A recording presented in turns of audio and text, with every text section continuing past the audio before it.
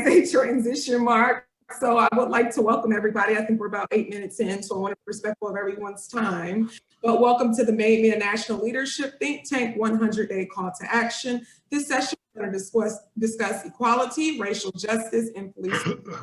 I will be one of your moderators. I'm Jade Mathis. I am a non-traditional prosecutor from County, Maryland. I specialize in criminal justice reform, diversion, and alternatives to incarceration. I'm also a mental health advocate. I've worked in the political arena as well as on local and national campaigns. When I'm not in court, as I said last time, I occasionally use my journalism background to moonlight as a moderator. And I'm happy to be here moderating this panel with you all. So I do want to give you the agenda for today.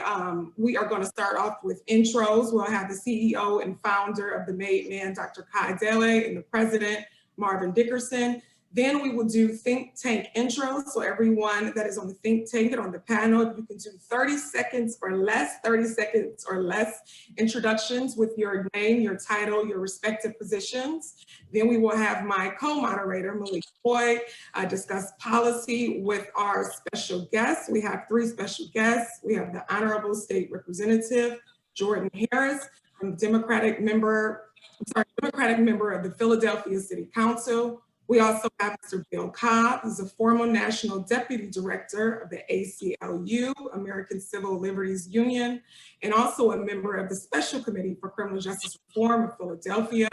And we have Council Member Kenyatta Johnson, Democratic member of the Pennsylvania House of Representatives. So without further ado, Kai, if you would like to introduce yourself, and also you all at the end. Ms. Mathis? Yes.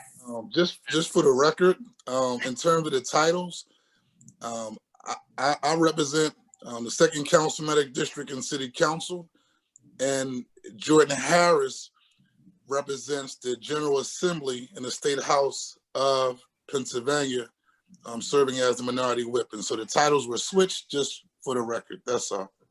Thank you. I stand corrected. The gentleman is recognized.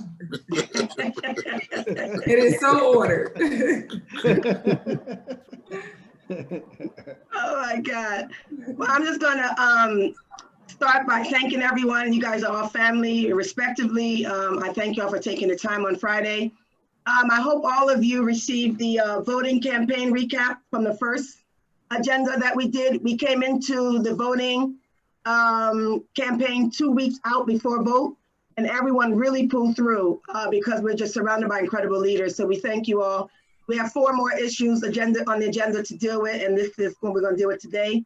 Locally, we're now in 5 cities, so we're thankful for that, and we have had so much press on the think tanks. We will start calling you all next week for interviews. We've been covered by the Wall Street Journal, CBS. Everybody's giving us great attention. So thank you all, and just welcome. Looking forward to having some fun with y'all today. We split the National Think Tank into 2 smaller groups because there was too many, so folks couldn't really get to speak. So everyone won't be on this call. We're gonna have smaller group segments. So thank you all for being here. Thank you, Kai. And I'm not sure if Mr. Dickerson, if you would like to say a word or two.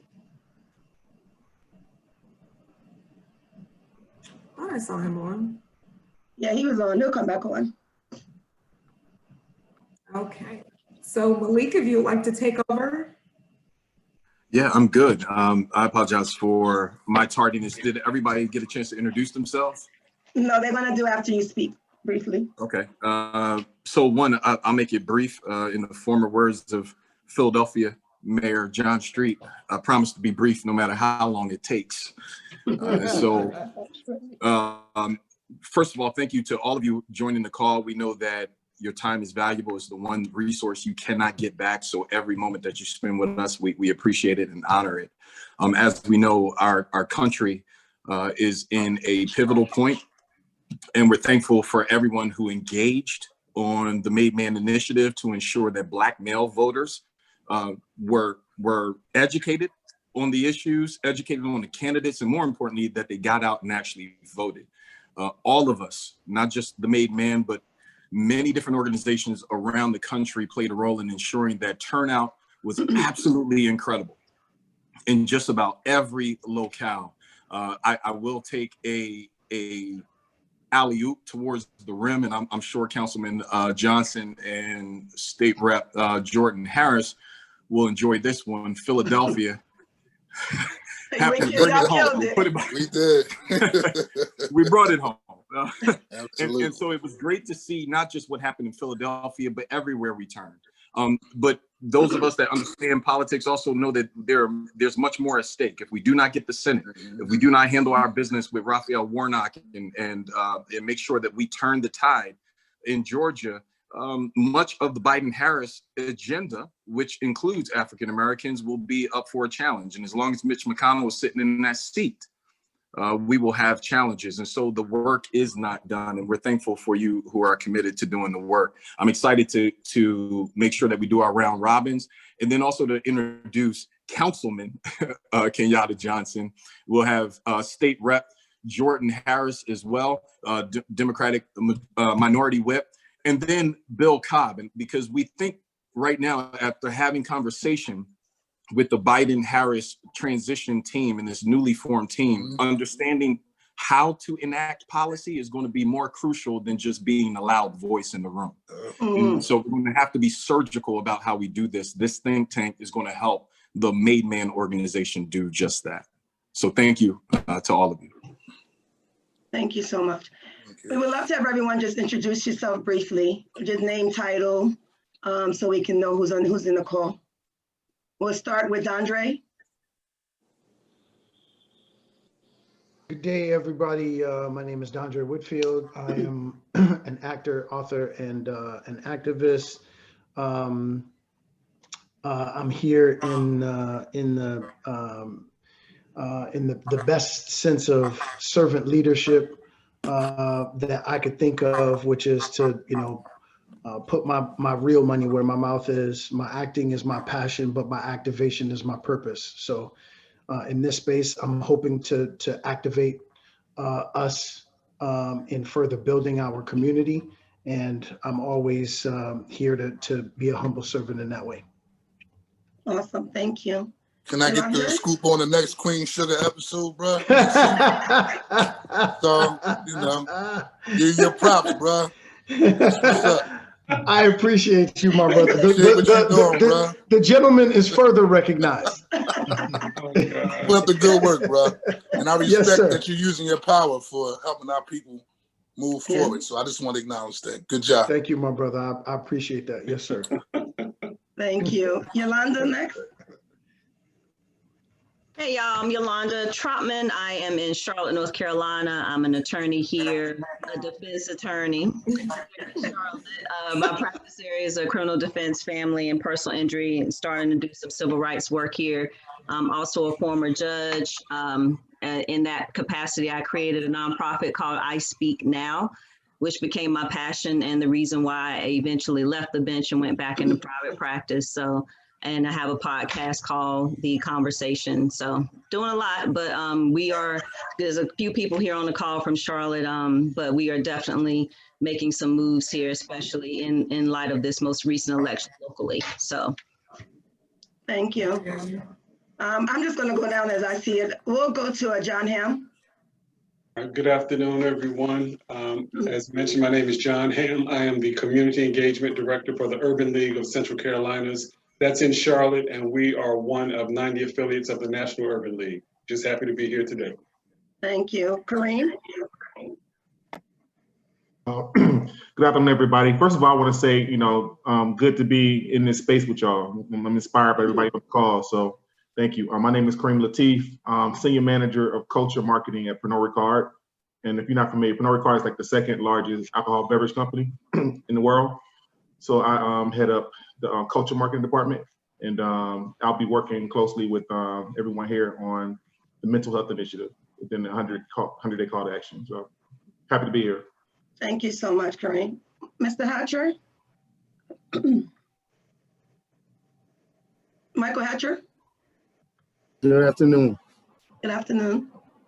My name is Michael Hatcher. I'm the 32nd New York Alumni Hallmark of the New York Alumni Chapter of Kappa Alpha Psi Fraternity Incorporated. Also the CEO and President of Kazar Entertainment, which is a entertainment music management company in New York. Thank you. We'll introduce our speakers last because you guys will be speaking. Jeff Hood, please. Yes, good evening. Good afternoon. Jeff Hood, CEO for the National Police Athletic Activities Leagues, engaging with over 350 chapters internationally, serving in excess of 1.75 million young people across this country. Glad to be on with all of you guys. Looking forward to engaging and participating. Thank you so much. Mr. Johnson. Hey guys, Eric Johnson, advertising sales with BET Networks. Congratulations, Kai, and everybody on this political win. They used to say, if you don't vote, you can't complain. That's old. If you don't get involved and you don't act, then you can't complain. So thank you, Kai, for everything you do. Congratulations, everybody. Thank you all. Mr. Guthrie. Good afternoon, brothers and sisters. I'm Eric Guthrie, attorney, practice labor and employment law, president of Better Me, Better We, author and publisher of 2 books. Latest one is Blockchain or Die. And my podcast is called Tech Law Today. It's about blockchain technology and law. And one quick pivot, support the senators that are running the candidates in Georgia. Georgia is going to be the next big election. Well, Mara's brother Warnock is running for the re-election, so get out there, give support. Thank you for that, Eric. We just activated Atlanta's think tank, so we're going hard in Atlanta for the following weeks to address that. Thank you so much. And you forgot to mention what are you, president of the Morehouse Alumni Association?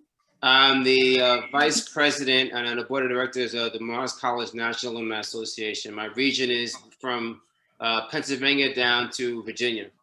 Thank you. The president of Morehouse just reached out to us for Atlanta, so he's also come on board to help us. Excellent. With pushing the vote. Vincent Thompson.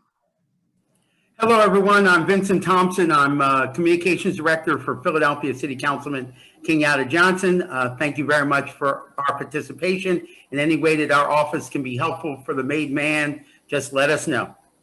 Vincent, I've been stalking Kenyatta for over 25 years. I think I owe y'all a check. So thank you so much for everything you guys have been doing for me. And we'll ignore the stalking part, but that's okay.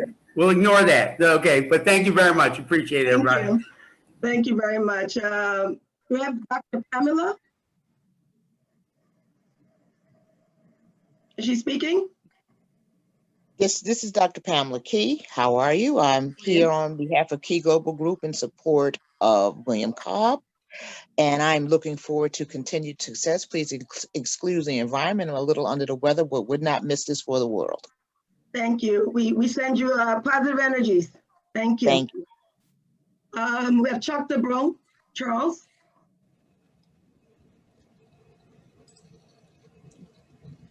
Good afternoon. I'm Charles DeBow. I'm the Vice President of Programs and Global Development for the National Black Chamber of Commerce. We're in Washington, D.C., and it's an honor to be with you, distinguished folks today. Thank you.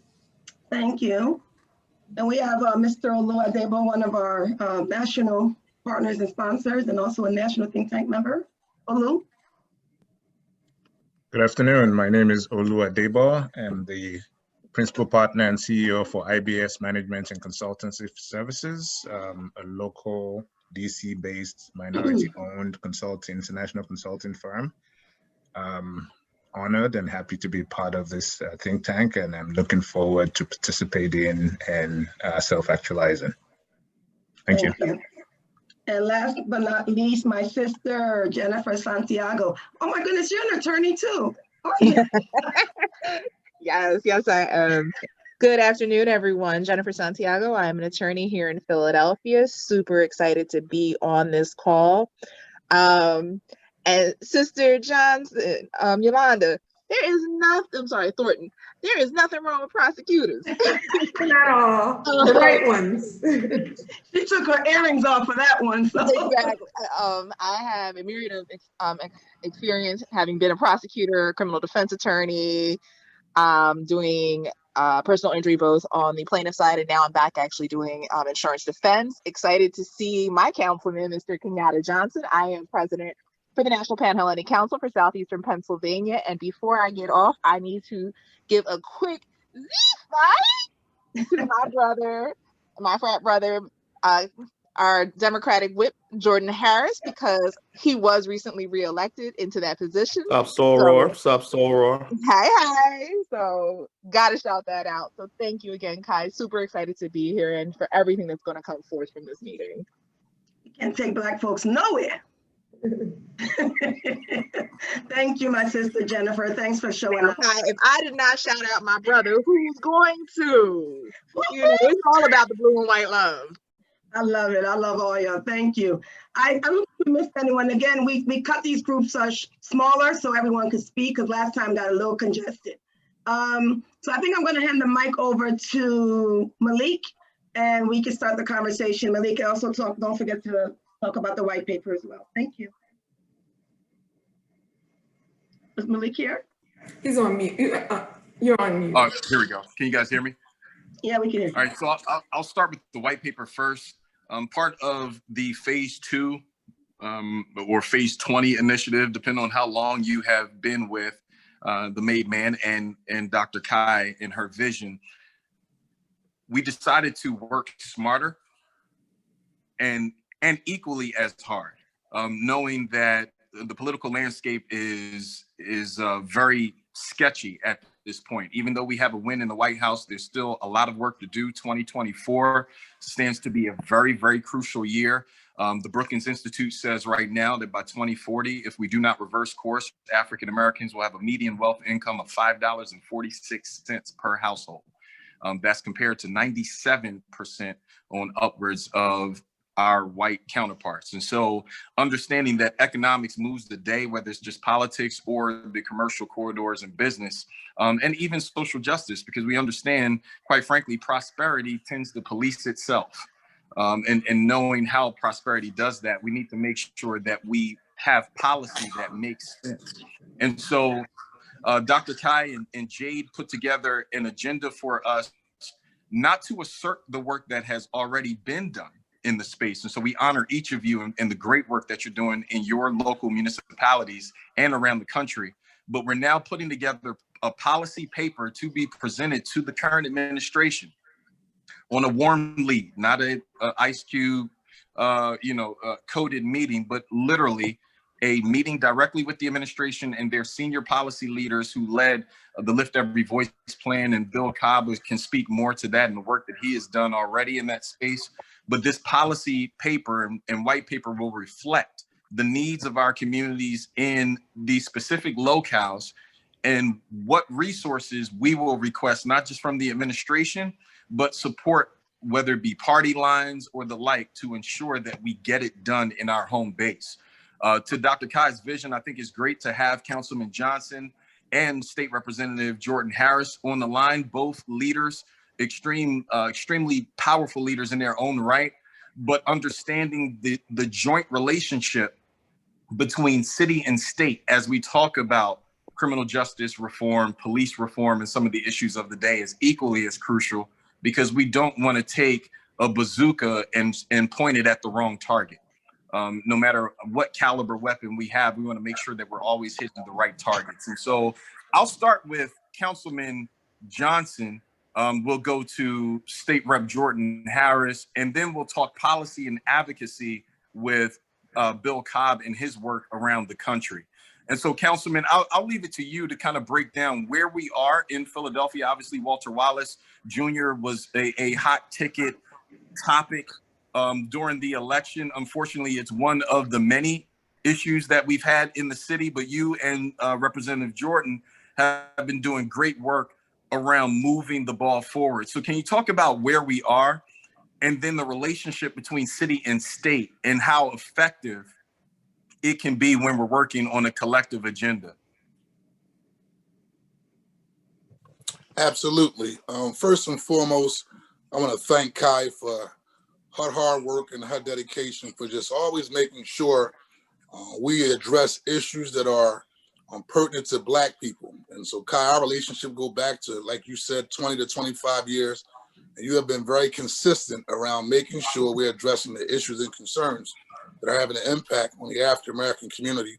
And I want to also acknowledge my good friend Malik Boyd, who was with me prior to me becoming a state representative, prior to me becoming the first African-American council person representing the 2nd Councilmanic District in South Philadelphia, Southwest and Center City, here in the city of Philadelphia. So I want to acknowledge you, Malik, for your hard work and your dedication. And also my comrade in arms, who's from South Philadelphia, where I grew up at, 17th and Dickerson, William Cobb, who also sits on the Criminal Justice Reform Committee in City Council, which I'm a part of. And so when we talk about the issue of criminal justice reform and police reform, some of us have been working on this issue prior to becoming a popular thing to do, prior to becoming the wave, right? We're talking about banning the box and making sure people aren't discriminated against when they're going to look for a job. When you talk about making sure that we're establishing parking clinics or expungement clinics for individuals who are returning citizens, these are issues that we have been consistently working on over the past several years. But as of late, myself and under the leadership of my good brother, State Representative Jordan Harris, have been working on what we call a criminal justice reform working group.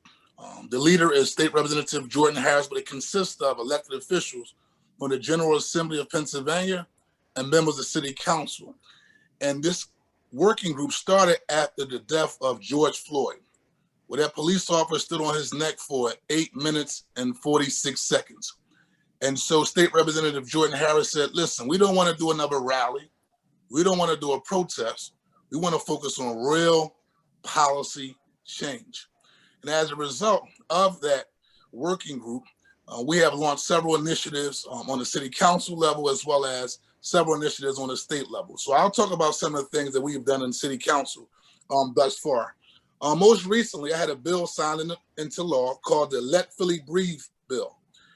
This bill just bans and outlaws any type of tactics that police officers will use that will result in a person losing their breath, which in the result, they will be murdered. Similar to how George Floyd passed away as a result of the police officer putting his knee on this gentleman's neck close to 9 minutes. And so we have banned that practice here in the city of Philadelphia. We want officers to figure out other ways to subdue an individual without engaging in tactics separate from putting your knee on a person's neck. There's different types of hog ties that you can put on an individual as well, in which they can also lose their breath. And so that bill has recently been passed into law here in the city of Philadelphia. And again, it came out of the Criminal Justice Working Reform Group that we have established as a result of George Floyd's death.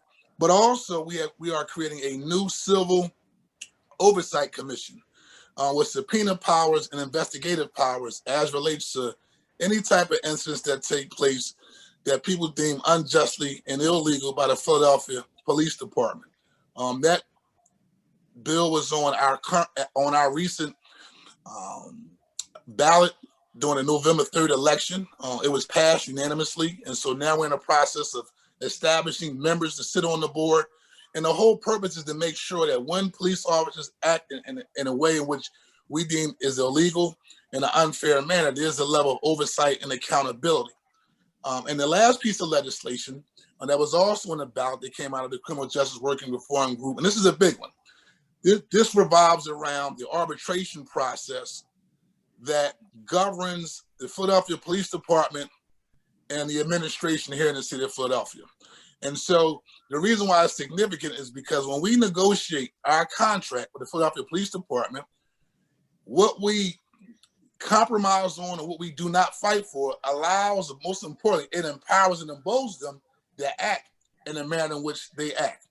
And so right now they are suing members of City Council, my colleague, Captain Gilmore Richardson, who introduced this bill. So they are suing the FOP in the city of Philadelphia, is suing her and suing the city of Philadelphia for a bill that will basically provide a level of transparency. We're just talking about a public comment period where before we sign off on this contract, between the Philadelphia Police Department, the FOP, and our administration. We just want to have a public comment period where people can come and express their issues and concerns and their recommendations before the mayor goes into the room and negotiate with the FOP. They feel as though that this is totally illegal, and so they will be suing. They are suing us, but we believe that we will prevail. And I would say this: what type of organization do not want sunshine on the process? That's what we're dealing with here in the city of Philadelphia. And so there's a partnership between members of city council and those who are elected on the state level, and State Representative Jordan Harris can get more into the details of what he's working on the state level and his team to address this issue of criminal justice reform and, most importantly, police reform.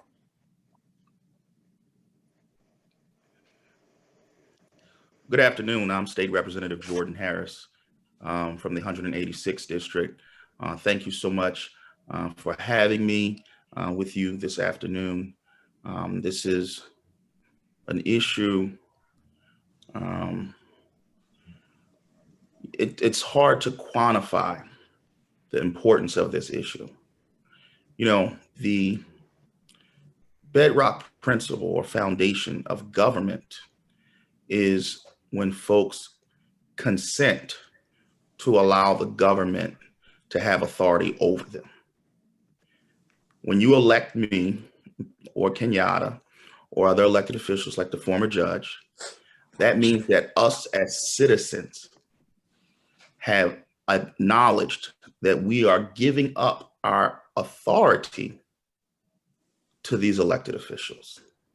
So when you look at police and policing across the country, we as citizens have given the authority, we the citizens give the authority to the police to police us. So the importance of this issue cannot be quantified. Following the murder of George Floyd, I literally just went through my cell phone and started calling folks that I work with. And within 48 hours, we had a Zoom call. Within another 24 hours, we were ready to have a press conference to outline policy and procedural changes. One, that the governor could do. Two, that legislative bodies could do. Three, things that the mayor could do. Four, things that a local legislative body could do. And five, things that could be done at the arbitration table. So we did all of those things. We got those things together and we made an announcement. And since then, Councilman Johnson talked to you about his Let Philly Breathe bill that is now law. On a state level, there are several pieces of legislation that have become law that were a part of our proposal. Now I want you to hear this. We did a proposal on the press conference on June 2nd. June 2nd. And within a month's time, we had already gotten legislation to the governor's desk in Pennsylvania. The two bills, well, actually it's four bills that were folded into two. One is around de-escalation training for police officers and requiring that additional training for police officers. After a police officer is involved in use of force, they are not allowed to return back to the police department until they have a psyche evaluation. And if they don't pass the evaluation, they can't go back to work. In addition to that, we had another bill that we got to the governor's desk that calls for the creation of a misconduct database. This misconduct database tracks police misconduct throughout the state. Before this bill was passed, you could have racked up police misconduct in 3 or 4 different police departments and just kept transferring, and nobody would have known of your previous issues. Now, because of this bill, there is a database that is created. So when a police department wants to hire you, they have to search the database.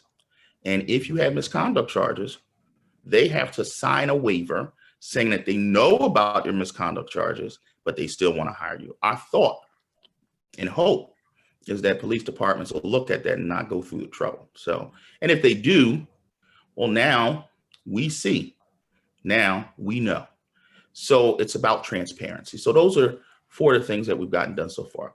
2 other things that we're working on: use of force. We need a new use of force policy, which is how police officers can engage with the public.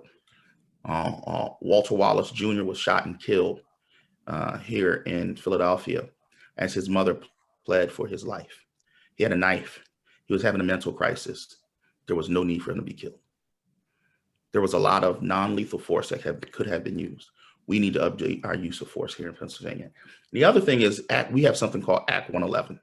In Pennsylvania, Act 111 is a section of law that governs police and fire and their arbitration. So because police and fire can't strike, they have arbitration. So when police department tries to fire certain officers, the police union takes it straight to arbitration, and they typically always win. The reason why they win is because Act 111 requires you to use certain arbitrators when hearing these cases.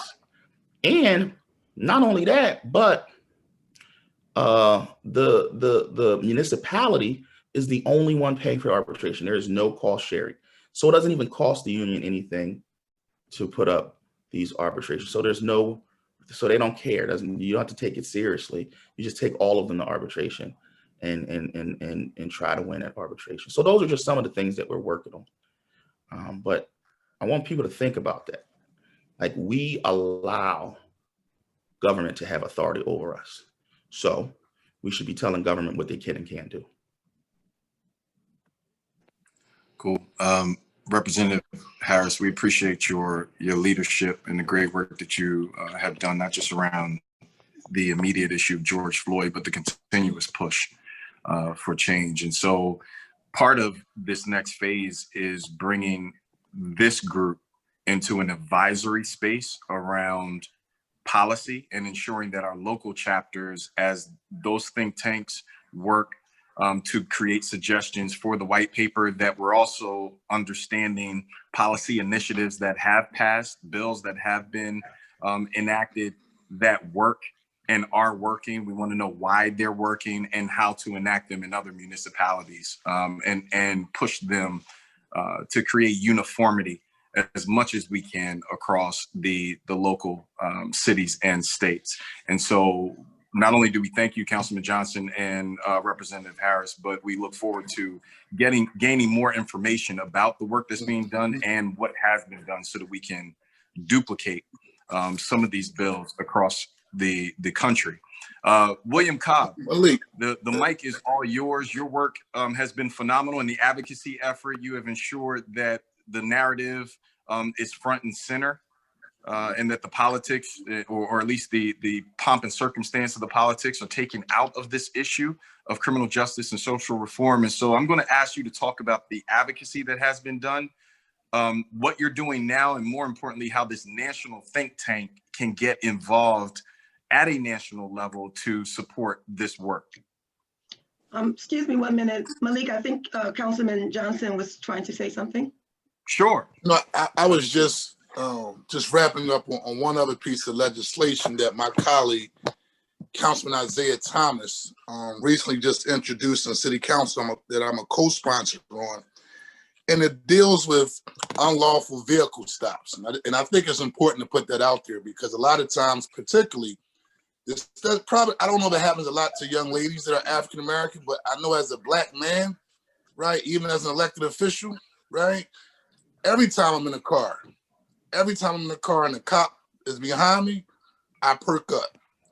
Regardless if I'm in my city vehicle or my personal every time vehicle, I perk up, right? Every time. Because since I've always grown up, like I live in the hood, right? And so I'm used to getting pulled over as a young man for all types of nonsense, right? And so we have a bill that will put a check and balance on that process that will eliminate unlawful vehicle stops. And that's a piece of legislation that was recently introduced in City Council by my colleague, Councilman Isaiah Thomas.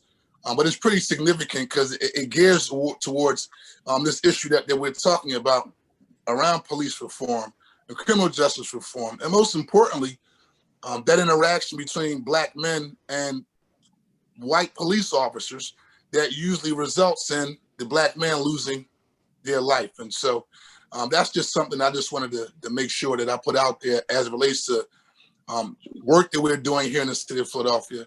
And we also have a victims advocate office that will be created in January that I introduced legislation on. And that just deals with, a lot of times we address the issue of criminal justice reform and police reform, but I'm also an advocate around the issue of gun violence. And so as Black men and Black people, we fight this on two sides. It's police reform on one side, but also making sure we're addressing the issue of young Black men who are killing each other on a day-to-day basis. And oftentimes those victims, their mother or father that lost their loved ones to gun violence, we don't hear their voices. We talk about everything else but their mother who's still suffering, their father who's suffering, and the family members, including the children, who are dealing with that trauma. And so I just wanted to mention those two pieces of legislation from a policy standpoint that hopefully when you talk about on a national level, and I'll say this, just as great that we have Kamala in office, it's great that we have Joe Biden in office, but I'm glad you're approaching this from a policy standpoint and you're going to follow up with the administration, because he did say to the world, Black people helped him get elected. So it can't be business as usual. It can't be, we can't get a phone call return when you put this policy forward. And I believe people really want to actually see results. I know Congressman Clyburn said that they asked him if he wanted to come in and be a part of the administration because he basically saved Biden's campaign in the primary. He said, I don't want to be a part of the administration, but what I would like to see is a special commission to address the crime bill that Biden pretty much advocated and to help those families who have been hurt and devastated as a result of that crime bill. And I know William Cobb is going to follow up on that, because one thing I say about Will, and I'll turn it over to you and be quiet, William, is that Will and I sit on the Criminal Justice Reform Committee in City Council, but he's never shy about calling out the powers that be to make sure that we're doing what we're supposed to be doing. Not it's the cute thing to do. Right now, it's the wave to be pro-Black, right? Hashtag Black Lives Matter, hashtag a lot of other Black issues. Well, we need to make sure that there's activism and there's substances in terms of policy and real change behind the work that we're doing and other people are doing. And it only happens if we hold people accountable, because Frederick Douglass said, power conceives nothing without a demand. And so we're not demanding, advocating, and calling folks out. We'll be here another 20 years from now talking about the very same issues. And so I'm going to wrap up on that. And Will, you go ahead and take us home, sir. And Councilman Johnson, before we do that, your Office of Victim Advocate yes, component was a ballot measure, one of four. Was the ballot measure, right? And the it was the number one vote go getter ballot question. I say that humbly. And no, but I think that's critical to note, because there's also an advocacy and voter education effort that went along with that yes, made it successful. So yes, it thankful to you and to the I college. I say that humbly. Yeah. And so the other piece is, Councilman Johnson, we believe that power does concede to nothing without a demand, but we added a little bit onto that. And with consequence. And so our goal is to make sure that there are consequences for not adhering to our demands. And so we're excited about having you on board. William Cobb, the microphone and platform is all yours. Peace, brother. I think I just want to give a little intro.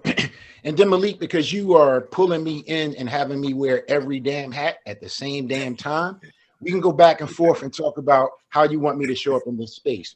Really shortly, folks, I'm a lifelong resident of the city of Philadelphia. As Kenyatta said, I grew up for a period of time in his neighborhood. I also grew up in Malik's neighborhood. I'm a master mason, and Jordan and I are in the same lodge. I love those brothers, those gentlemen all of these men that I know here in the city of Philadelphia. My energy is their energy. I've always worked in alignment with them. I've always built on their leadership capacity. And so it's really good to have the nucleus of this energy that is sweeping across the globe without people recognizing that it's oriented in Philadelphia. And now the people who have been driving these initiatives are coming together to do things globally. So my last job, I was the National Deputy Director at the American Civil Liberties Union, where I designed the largest campaign in their 100-year history. The goal was to reduce the nation's jails and prison populations in half while combating racial disparities in the criminal justice system. I used integrated advocacy approach, legislation, litigation, comms, and organizing. And I used the geographical advantage of that law firm.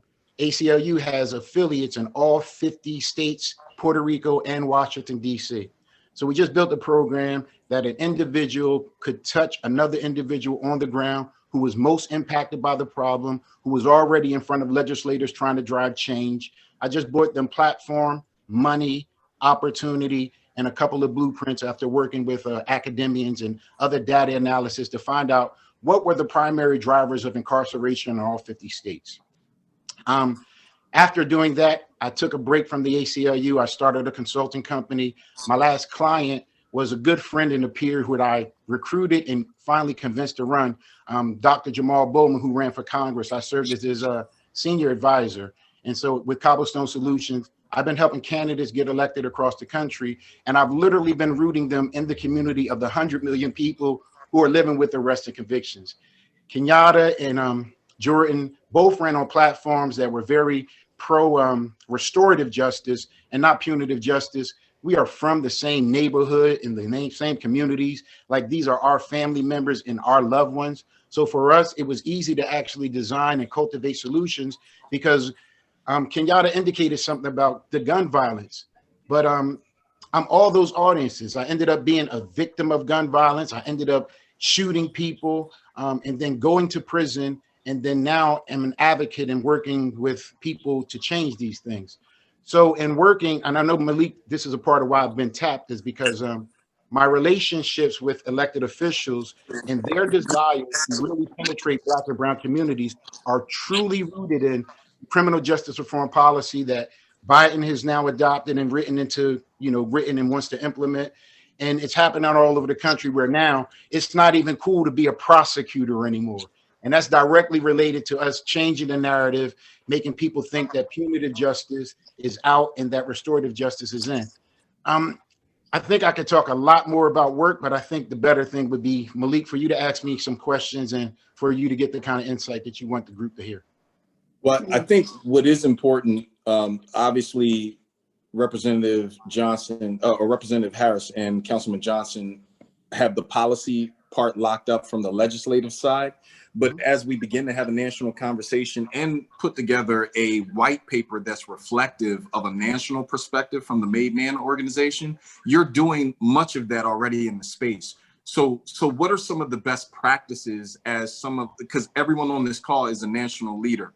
And so what are the best practices that we should deploy in our local chapters to ensure that there's integrity in the information, that there's proper empirical data that reflects the change? And then from your perspective, how should it be presented so that advocacy groups like the ones you work with can jump on board and we can create the consequence for not adhering to the demand that we are going to present to the administration? Okay, that's a lot, but I think I have answers for you. You have options too, because this entity is a big group. And its imprint will be seismic. We definitively know that we're going to walk right into Joe Biden's space and tell them exactly what we want them to do. And what I will say is that what no one else has said is that the folks who wrote Biden's policy adopted it from my work. So that's why I have such proximity to their campaign, because they are asking me to provide them with the same exact question that you just asked. So our secret sauce, folks, has been to make sure that people who have served times in jails and prisons are in the rooms with the people who are making the decisions, who are driving the work from day one. All of Kenyatta's work has been with us. All of Jordan's work has been with us. And so the first thing is for you to actually find a person who there's an organization or there's an individual who is already as loud as I've been, and finding out exactly what they're driving on the ground. That's different. And the reason it's different, there's no local solution that we can apply nationally. There are over 2,200 criminal justice systems with very distinctive ways of operating, very different drivers of incarceration. So it's so important for a national effort to get rooted in the communities, and probably in its big cities, because the big cities are probably driving the state drop. So if you get with the biggest local effort, the biggest local leader, you identify what they're currently working on, it's probably in alignment with the top principles. And so with our top line things are to say, I don't know, like right now, the Biden campaign wants to reduce the nation's jails and prison populations in half. And they may say that we want to end cash bail. So you pick a top line thing as a national organization that everybody can gravitate to very differently. Some people may want to use a legislative arm. Some people may want to use an activism arm. Some people may be a media thing. And then the levers of how to get change in our criminal justice system are so nuanced and so varying. So the key, Malik, is to be starting with somebody who's already on the ground in those spaces, someone who's done the work like we have. You all know who those people are.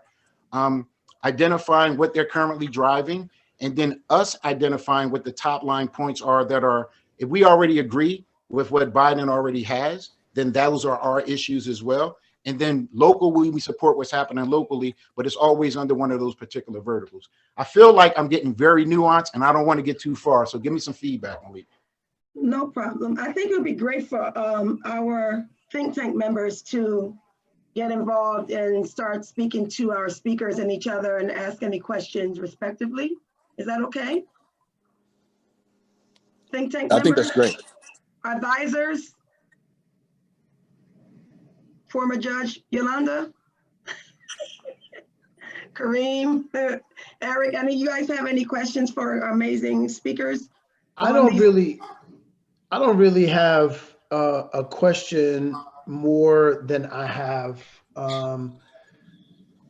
just a thought about what the insight is on what equality and equity is. And I think because people really get those confused often. You know, for me, you know, the equality is going to be focusing on creating the same starting line, and equity is going to be focused on creating the same finish line. That finish line is going to be about benefits and opportunities. If we all had the same benefits and opportunities, then that automatically creates a pathway forward to speak to economic empowerment. And I think that winds up in the blind spot of, you know, my many allies. I often speak to them, you know, about that. So if, you know, if we have the same starting line, but I've got two working legs and you are an amputee, then that's not equity, right? We're at the same starting line, but it's not a fair race because I have certain things at my disposal, like two working limbs that you don't.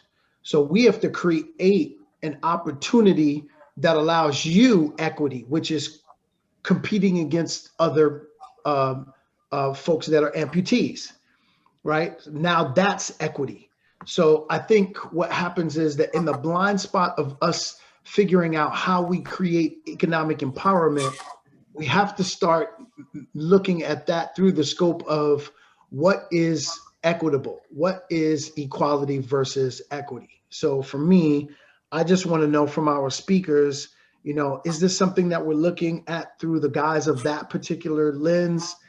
Or is there something that we can come up with that will begin to speak, you know, to that? I've spoken to, you know, my white brothers and sisters when I'm having this conversation, and I'm constantly having, and I say brothers and sisters, not in a like a pandering way or in a like a loose way, but I mean that for real.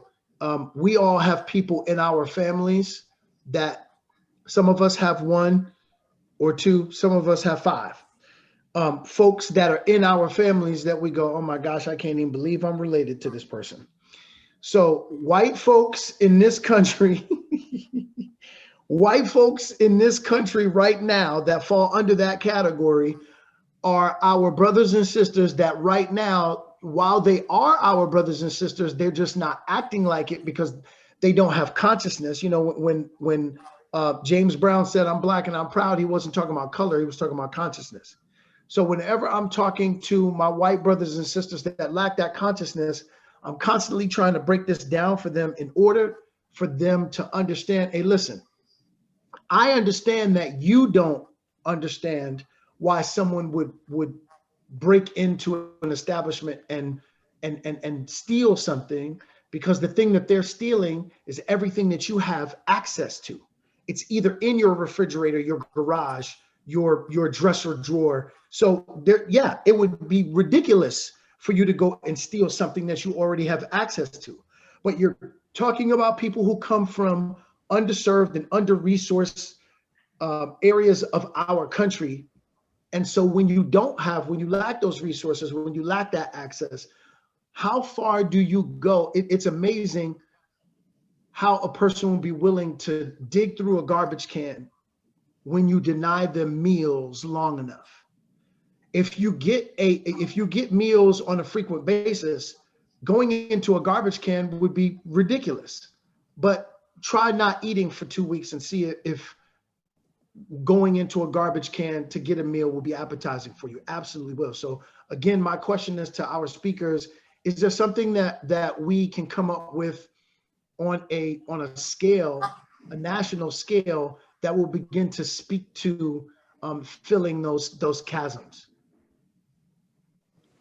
Well, the first thing that comes to my mind that has been recent topic of discussion, especially when Biden declared, well, when the world declared that Biden was the winner, and listening to you, is the issue of reparations. I know have made folks uncomfortable in the past, depending on their level of activism, depending on their level of how they approach justice and equality, right? But however, just based upon, again, we saved America on the backs of Black and brown people. All of the major urban cities whose votes came in at the final hour, and they're still being counted as of today, were on the backs of Black and brown people. And so when we talk about equality versus equity, right, which is a very, very interesting conversation to have, because oftentimes, yeah, we could talk about equality every single given day, but yeah, we're not starting from the same standpoint, just for the simple fact of our history. And so that will be, if you ask me, the next part of the conversation, that as African Americans, as Black people in particular, that we need to begin exploring. There is a House Bill 40 that's in Congress that gets introduced every year to establish a commission to begin looking at what would reparations look like? What are recommendations to actually address the issue? But I believe that that's where we're at right now. As a country, I think it's deserving of a real conversation. There were different candidates who ran, who kind of some dodged the question from Mark Lamont Hill, some engaged the question. But at the end of the day, when we talk about equality versus equity, at least for myself, I think only about reparations, what it would look like. And then it's not foreign as if something that can't take place. There's a young lady who's a councilwoman who I brought to the city of Philadelphia. Her name doesn't come directly to my mind, but she's from Texas. And she's from Galveston, Texas, and she's advocating for reparations in that part of Texas. But she was able to be successful in doing a reparations bill that dealt with cannabis licenses in Texas. And that a portion of that cannabis license, of the funds that are raised from the cannabis licenses, goes to what reparations and that part of Texas. And so I believe it's fitting that this conversation takes place on a deeper level nationally. It's not like it's not taking place, simply for the fact, again, you have House Bill 840 that's introduced every year consistently. But I go back to, our soon-to-be president said that I want to thank the African Americans for helping me. And so I think if we don't move aggressively now, during this current state that we're in, where every major corporation wants to be part of the Black wave, right? I know y'all paying attention. The NBA got Black Lives Matter in the back of the court on jerseys and so forth, and all that is okay, right? But let's talk about substance. Let's talk about home ownership. Let's talk about the debt that young people encounter when it comes to student loans, right? Let's talk about how people are denied credit in some states based upon them having a criminal background. Those are the type of rights, those are the type of wrongs that I believe that should be addressed, and it's all in the reparations, but those key areas that have kept us back from moving forward.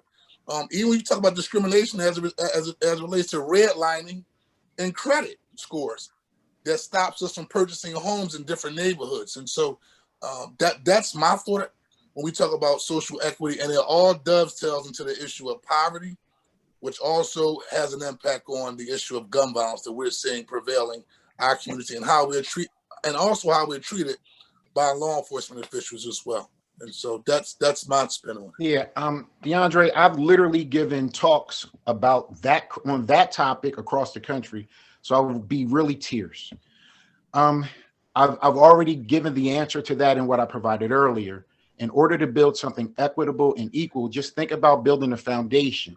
If we are fighting to build a foundation for Black and for humanity to just have a better quality of life, equal and equitable means is that you and I are going to be doing the work together. And if I need 2 bricks and you need 1, you take 1 and I take 2, or if I need 5 and you need 1, and so that only happens when people are working to build something from the beginning. That's why it's so essential that our work is always rooted, particularly when we're fighting. The one thing that a person who is fighting to live needs more than anything else is a chance to fight. And we provide that by not reaching back. But like Kenyatta said earlier, I live in the hood. The reason that he is one of the nation's most effective leaders in his capacities is because he lives in the neighborhood in which he grew up in. He is a true representative. Like I call him Yacht. That's how he's referred to among his folks. And so you build equitable and equal when you do it together, when you don't prescribe to a group of people who are being oppressed or marginalized a solution that makes your quality of life better. And it's really about your proximity to the problem. So if you don't want to hurt, you can't help hurt people. And so it's, you're either going to give them the resources and let them do whatever they need to get to the level that's equal, or you're going to be with them. And if you're with them, you're fully informed as to how to make sure they have everything that they need to thrive in humanity and to make the world better. Jay, can I say this one brief follow-up? The councilwoman name is Robin Ruth Simmons. She's from Evanston, Illinois, and she's an alderwoman. So I would encourage everyone just to look her up from the reparations standpoint. But I also want to say this, though, just about equity and equality. And I deal with this as a district council person. And in Philadelphia, when you're a district council person, we have sway over land deals and development, right? And when I think about equity and equality, what comes to my mind also is how we have to be unified as professionals in fighting for diversity, inclusion, and equity at the table on professional services contracts, on all business development projects, because we have to also make sure that when every professional who's here on this town hall goes up for a business deal, right, that they have the support that they need. Because oftentimes, again, we're talking about equity and equality and how it could be equal, but if it's not equitable, you can still be behind. I see it on a day-to-day basis of how when developers may come into a development project, if you're a person of color trying to be a part of that process, right? It's 1,000 different ways that you can be discounted to not participate. Rather, you not having the bonding, your credit will be attacked, and it will find different ways. You can't build it, you don't have the capacity, right?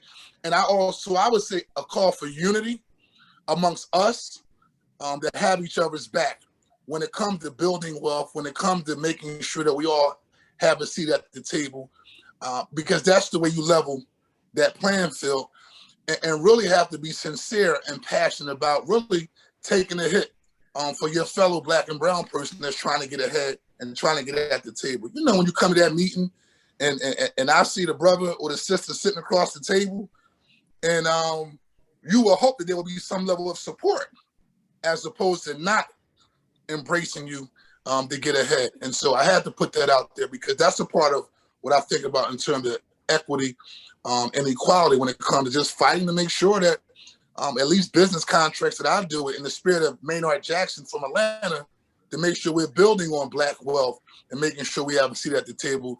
And Malik, we have to be unapologetic about holding elected officials accountable who aren't speaking up when these business deals are taking place.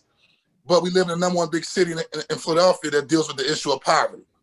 But we have more Black elected officials elected in high office, right? Yep. So I'm getting off that soapbox, but when the brother put out there equity and equality, we have to, begin looking at ourselves as a reflection of what are we doing to hold each other down, to have not only have a seat at the table, but to take over the table. And so I'm gonna leave on that. Thank you. I was gonna direct my next question towards you. I gotta go, guys. But if I could just have a moment of candor, I really hope that perhaps we can do some sort of a follow-up because I feel like we kind of missed the point today, because I thought we were supposed to be having an actual discussion about what it is that we're seeking in terms of social justice reform specifically.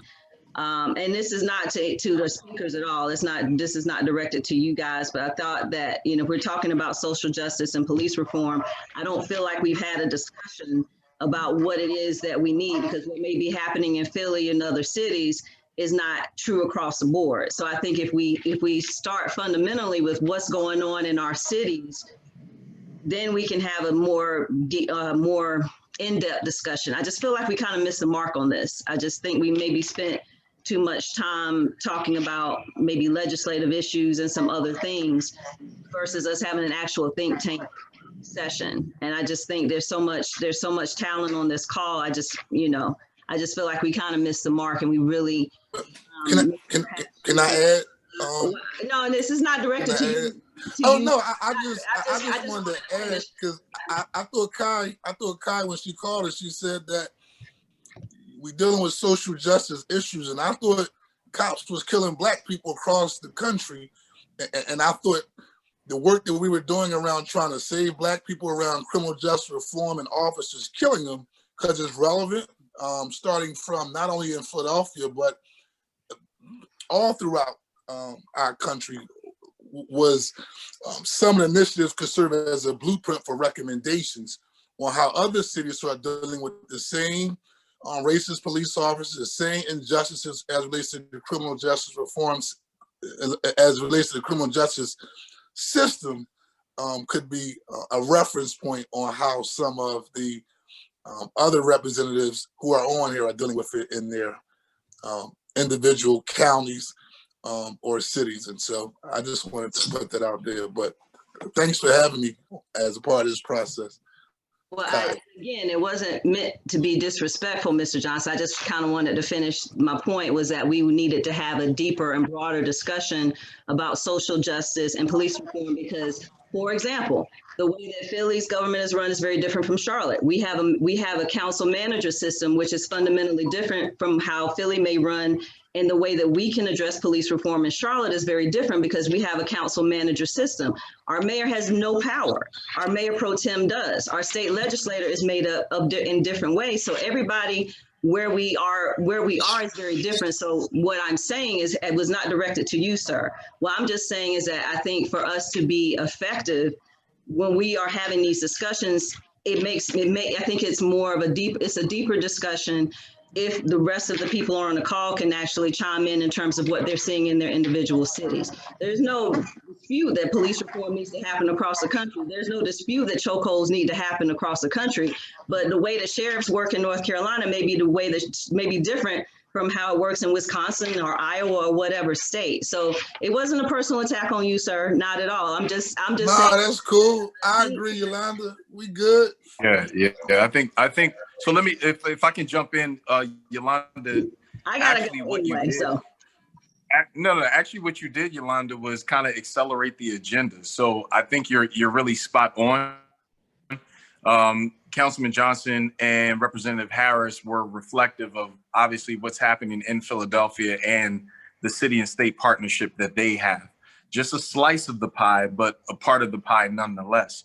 This next section, which is why Jade was actually chiming in, is the portion by which we were asking for analysis of where you guys are in your local municipalities, and then more importantly, how we add that into action items for the national think tank as we go back to the local chapters. So Jade, I'm going to throw this to you. Yes, that's correct. And Yolanda, I think you appreciate my questions. They were all actually catered towards police reform. So the first one is going to be, in the wake of George Floyd's death, we saw an outpouring of emotion from communities impacted by racial injustice and police brutality, and a broad coalition of individuals that support the movement. So my question is, how do we harness that momentum to ensure effective change in policies at the federal level, particularly if future President Biden faces a divided Congress and Republican Senate? What should our roadmap to reform be, or where's a good starting point? And if you want to speak to in your area or your location, what you think a good starting point would be, that would be helpful as well, or national. So I let somebody else take the question, because I really do have to go. I really do have to go. But what I can say just in general from my perspective, particularly being on the bench and having seen what I saw over those 2 years, I just think we have to have a real discussion about implicit bias. We're going to have to, do something more in terms of educating, not just within the system itself, but our own biases. I would challenge, for example, all of us to take the implicit bias test that's offered. Harvard has a great one. It's harvard.edu/implicit bias. Because if we're going to have real discussions about social justice, we have to talk about, the core pieces of that. Race, the social construct, all of those things that have led us to this point where we are having to have these discussions and to be able to jump on it in wake of what has happened to George Floyd and countless Black brothers and sisters across this country. What I will say is that as far as Charlotte is concerned, we're in a unique situation, and we have a nearly completely Democratic city council that mostly looks like us, a Black mayor, a Black DA, a Black sheriff, a Black police chief, and we still have issues. And so our issues are more so accountability, but it's very different from the perspective that, and even our bench is mostly, well, not quite mostly Black, but it's close. So, but I think, the short answer, or my short answer would be, I just would like for us to really take a look at what's going on in individual places and spaces. But the core fundamental thing that we have to do and push out to people as far as this think tank is concerned is, one, educating people about what their local governments look like. Two, educating folks and really encouraging us to take a deeper dive and making sure that we're showing up at these meetings, that we know what's going on these agendas, and that we're very clear in terms of what people want and how that process is and what you have to do in order to affect change. It could be that the state legislature is the one that's going to make the difference in terms of whether or not chokeholds are going to be banned. In Charlotte, it's city council. So if we don't put pressure on city council to change the directives, nothing changes. So that's why I preface that by saying it has nothing to do with what's happening in Philly or whatever. It's just that everybody's situation is different. But we need to have a deeper discussion about what are the issues that we need to put out there, and how do we actually put that into a call to action for individuals to actually go to these meetings, figure out where their power is, and use their voice to be able to affect that change, because it can be done But we're not even having that discussion here. Like, we have to have that discussion here about what's going on in different places, and to think at 35,000 feet and then bring it down to 10,000. That's where I just feel like we just kind of lost it, you know, as far as today is concerned. And I don't mean that with any disrespect to any of the speakers or anyone else. That's just, you know, from my vantage point. That's all. I absolutely agree, and thank you for that. And we'll make sure that the white paper will reflect, will be reflective of a city by city analysis based on the chapter's presence going forward in the future. So we'll definitely make sure and note that. So what I do want to do is open up the floor for each person. If you don't mind, or a representative from each jurisdiction, if you can speak to your local city's efforts in social justice, and maybe some recommendations that you have or your current efforts in your jurisdiction or your locality. So I can start from my screen, who I can see, and I am looking at Mr. Eric Guthrie.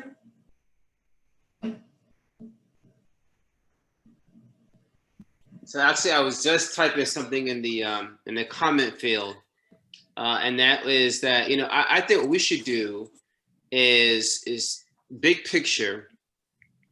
Not invent the wheel, but pull together certain components that already exist and create a causal nexus that combines all of them. And that would be, for example, the white paper. So partner with Congressional Black Caucus, the Congress of Black Mayors, the Black elected officials, the Black police chiefs. And if we write this paper and write it well and get input from the various areas where they represent, and we get them to sign off on this paper, this becomes more than the white paper. It becomes a call to action, a national call to action. But we need something that's more than just us going and talking to them. We need a unifying force. And whenever, and kind of talked about this, whenever you go to somebody that has that kind of power, the white paper is instant credibility. It shows that you got your S together, and it represents you in a way that even when you leave the room, you left behind something for them to look at, and for something for them to really consider seriously getting behind your cause. And I can tell you, history has shown that, you know, a really solid white paper has made a difference in the world. So that's something I think that we should consider, but you know, it's something that we have to put the time, the energy, and the effort into. And I think that is the approach that I would take in terms of our next steps. Absolutely, thank you. And I have Jennifer Santiago next. So it's kind of the catch-22 because I'm from Philly. So, you know, we've heard from my councilman, well, one of my council persons, Mr. Kenyatta Johnson tonight. So as you can hear and see, Philly has been very proactive with the work both of Councilman Kenyatta Johnson, Councilwoman at Large, Kathy Gilmore Richardson, who actually is the sponsor of the bill, where, you know, all of the RFPs for the FOP have to actually come forth and be very transparent. And that's the litigation that Councilman Johnson was referring to with the FOP being up in arms. So I think that it's kind of to kind of piggyback what Sister Yolanda was mentioning. We do have to look at it at a bigger picture, and to much of what I think Mr. Guthrie was also saying is that you can't do one or the other. It has to kind of be both. You have to see what we're, you know, where we're at nationally and look at it locally. And some of the examples you have of that is there have been plenty of times where people looked at what worked in this jurisdiction. So, you know, some of the things that are, you know, being put forth in Philly may work for New York. It may work for Atlanta. It may work for LA, because those are bigger cities. It may not work for maybe the Charlottesville or, you know, the Savannahs, the smaller places, but you have to start somewhere. So I think that maybe we do kind of have to do that step back that you're doing now and seeing what's happening in the different localities and seeing if there are any parallels that we can make so that we're not reinventing the wheel. because you know, between yourself and Dr. Kai, we have lots of jurisdictions and municipalities present, but that doesn't mean we have to create something or an idea or a template for each of these. So, you know, but I'm fortunate because you guys have my legislators here today. So there's not a whole lot I have to add because the fellows are on the game today. And I like that. Know your audience and know your demographics. And so, Malik, you were saying something? Yeah, I just wanted to say, Jennifer, I think you're really spot on. And Councilman Johnson noted earlier in his comments, even when he brought in other legislators to give best practices and what they're working on, which is a practice that occurs in the legislative bodies all the time. It's not necessarily to highlight one particular way and say that is the way, but to say, here's the energy and effort here, just in this municipality. And then as we go forward, to your point, Jennifer, what pieces may potentially work in our local chapters? If not, let's also circulate other strategies and systems that we can put in place. And so it really is an and concept, not an either or. Absolutely. And I think the next person who I have not heard from, I have one here is Odebo, showing on Zoom. Hi, what's the question? So one second, that's a few questions.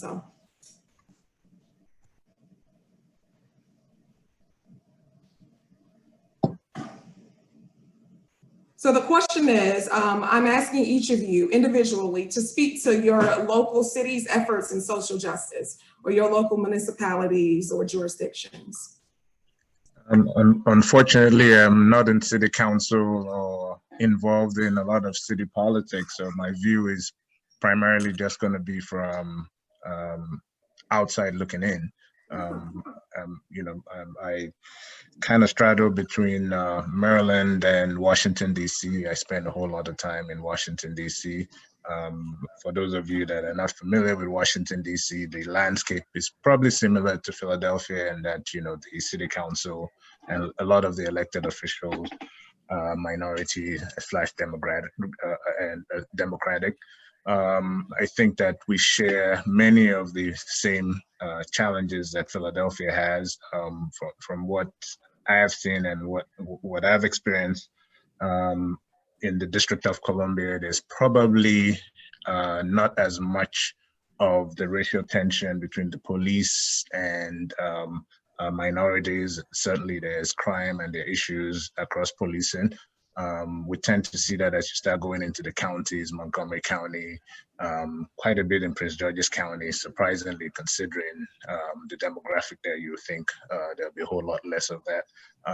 But I think we're certainly in tune with the national movement of similar to Philadelphia, and I'm just looking from the outside and hopeful that from the awareness that the George Floyd issue has brought and some of the activist activities going on, that we're going to see real change and real reform, not just in the police system, but in the criminal justice system as a whole.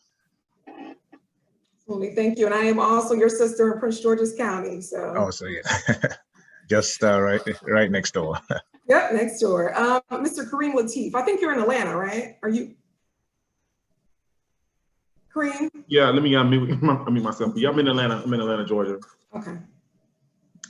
Very similar to Mr. Debo, if I'm saying this right. I haven't really been that active in local politics. So for me, this call is extremely helpful for me in terms of understanding how to go about getting connected to local market. I've been taking a lot of notes here. So trying to learn some best practices. I mean, I'm fired up now. So I'll definitely be, going to city council meetings and stuff like that after we leave here. But I'm more like a sponge right now, just kind of listening and seeing some what the legislators are talking about, on the call. I know that, Atlanta is a very, in terms of advocacy, there's a lot of, work being done on the ground, grassroots wise. But again, as I mentioned, I'm not as informed to speak on what's happening from a government level. What will be very helpful for me is just, I know there's no one size fit all approach to, as everyone has mentioned earlier, to how we can tackle these issues in different, cities. But it would be helpful to have some type of how to get started kind of kit, for somebody like myself who represents the mass population of people who are not as informed and educated on local politics. So yeah, I would be interested in knowing how to kind of get started and where to get started and who are the key players we should be looking for. Thank you. We'll take note of that. Maybe that's something we can add to the LinkedIn, the group LinkedIn. Kai, so you have something. Jade, could I chime in for a second? Yes. This is Bill. I couldn't see who was talking. Okay, yeah. I think I failed to express something. Okay, and almost heard. 1 second. So, Mr. Johnson, please don't hang up because I do want to hear from you. We haven't. Let him go. Let Mr. Johnson. Eric Johnson, we didn't hear anything from you, and I do want to hear from you. I know you have some great knowledge for us, so hopefully he's still there. Okay. All right. So, William, we can go ahead, and if he really quickly, I should have said that, right? What I did was the work at the ACLU is happening, right? That's called the Campaign for Smart Justice. That is the model that we can pull a la carte from. There are the premise of that model that you can tap into is that the prescription for that is the mantra was nothing about us without us. So those energies are being led by formerly incarcerated people who are the most expert, who are the community organizers, who are the activists with the most amount of money, the most professional services surrounding them. I have no problem with making direct connections to those activists in those spaces so you can get a real orientation, but just align yourself with that Campaign for Smart Justice. Although I'm not there, I contract with affiliates throughout the country and maintain that work quietly. So we do have a place to operate from where solutions and problems and all the things that folk have talked about need to be worked out are existing and thriving. We just need to meld our collective energies over top of it to help identify a white paper that we can take into the administration. What is it called again? I'm sorry. I was trying to take notes. It's the ACLU Campaign for Smart Justice. Or if you just Google Bill Cobb ACLU, a whole bunch of insight will come up. And I'll put it in the group for us. I want to interject because we have to conclude. It's 4:30. I heard a lot of you guys you're texting me during this conversation, so I'm hearing you guys individually and as a collective, understanding that I am simply a servant being led. My role is to pull y'all folks together. Then y'all now say to me, what's next? Because Lord knows one small brain of mine cannot certainly lead all these damn leaders. I would be a fool. So Yolanda is at an advantage because she's in the legal system. She's a judge, so she knows a lot more than most of us. So she might not feel that this information was necessary. I know most of the people on the think tank don't know or are not as knowledgeable as Yolanda. So she comes with a great perspective, and I understand her point. However, to Kenyatta's point, the reason why I have them is because they are great blueprints to what is working. And we have to reference somewhere, and we have to reference somewhere we can go back to so they can help us in other cities. So that point may have been misunderstood because they might have thought that we're just trying to say Philly is the shit, which it is, but we are just a reference. So this is necessary. And I got a lot of text messages from a lot of the think tank folks saying, if we do this white paper, we need Philly to lead this conversation. And that is the point of this. Now, arguably, Yolanda is correct. We need to get the other cities' perspective. Whatever, we only have an hour and a half. We've got to start from somewhere. We have those though. We have the other perspectives already. Yes, so we need them to know we got some folks who are doing it right, and those folks are in our corner, and we got to start from there. And unfortunately, Jay did have questions for everyone else, but I believe that it's important that folks know that policy is working somewhere in our world, and these folks look like us, and we have to tap into that as part of our platform. So, and again, this think tank is for advocacy, collaboration, and education. We are busy. I stalked y'all all day just to get y'all here for an hour and a half. So So you guys got to now say, this is what we need to do. I'm going to be part of the white paper. I'm going to be part of this. I'm going to be part of that. There is no right or wrong way to get this done. At least we're getting this done. And that's it. So your input, Kenyatta, was necessary. Please thank State Rep for me. And Bob, your brother to us. You're adopted now. Thank you. I believe this was definitely necessary. And everyone doesn't have their vantage point as my sister Yolanda.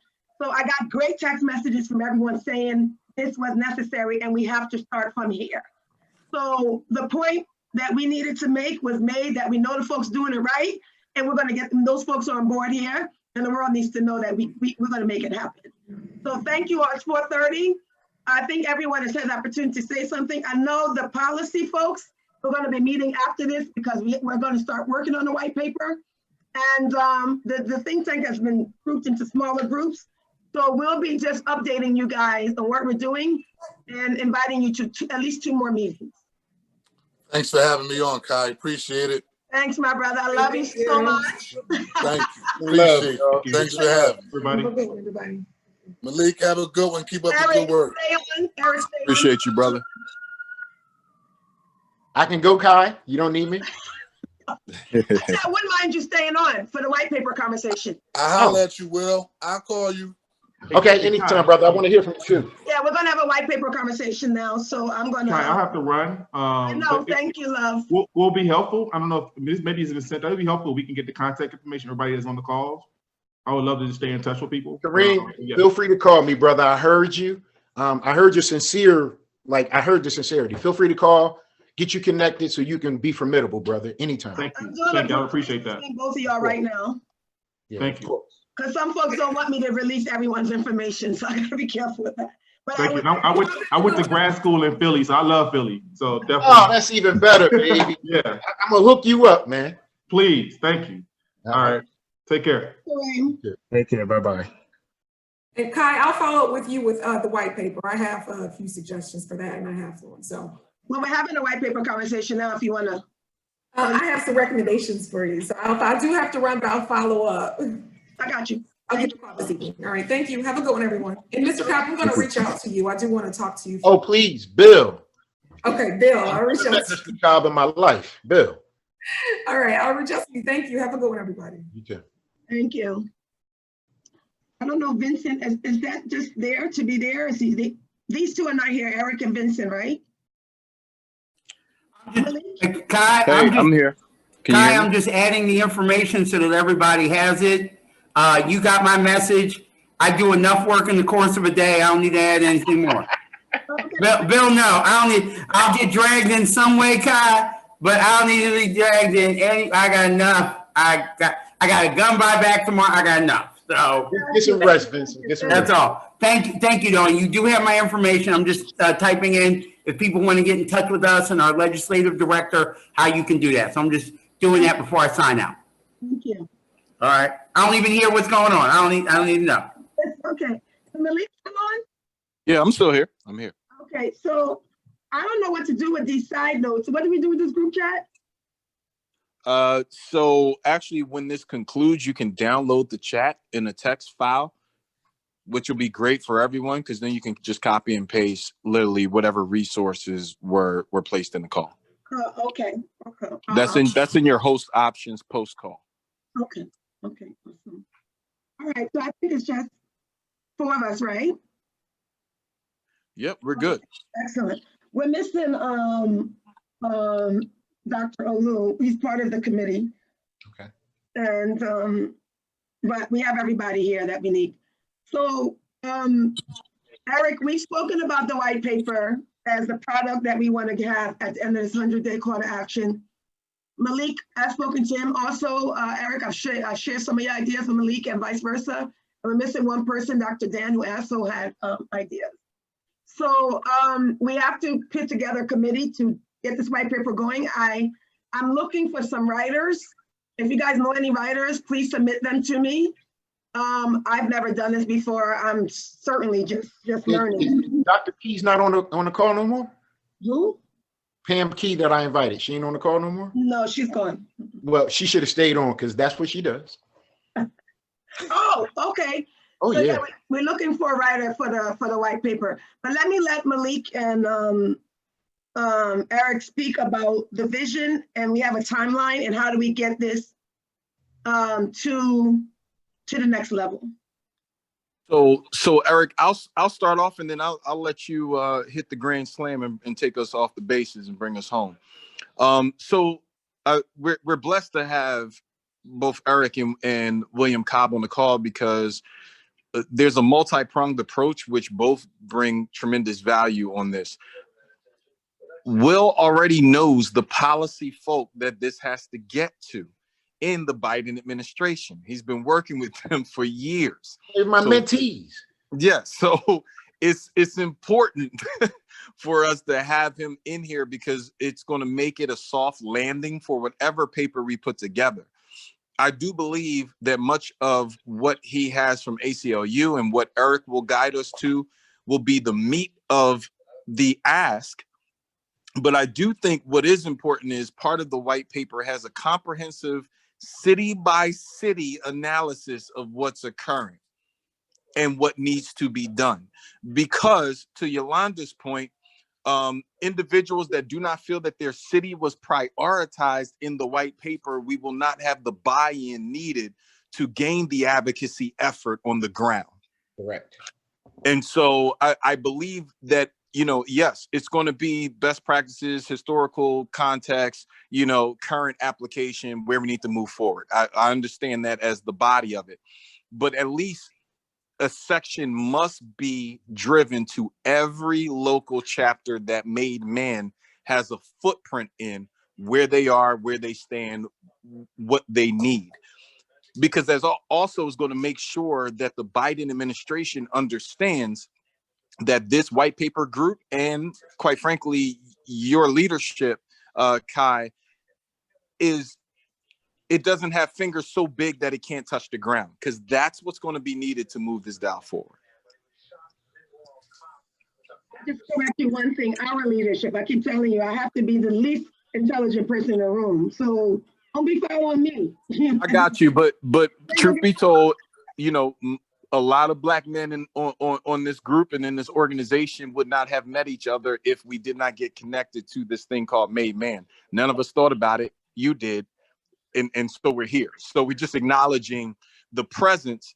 And quite frankly, if a Black woman at the helm of this as founder moves this forward, because we don't know, Biden may skip out on this and Senator Kamala Harris or Vice President-elect Harris may pick this up. We don't know which office is going to drive this, but I'm sure Eric and Will give us guidance on that. But you very well may have to be the front person just to ensure that it's at the table in a meaningful way. That's all.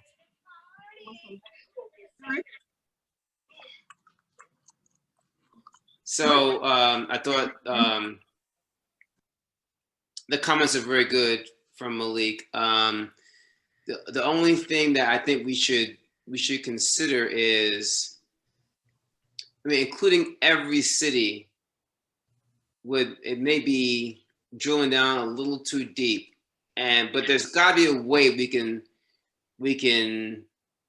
How many cities would that be? That could be 20 and 30 cities, right? No, only the cities we have a footprint in. These are the Made Man cities. I thought it was cities where police brutality has occurred.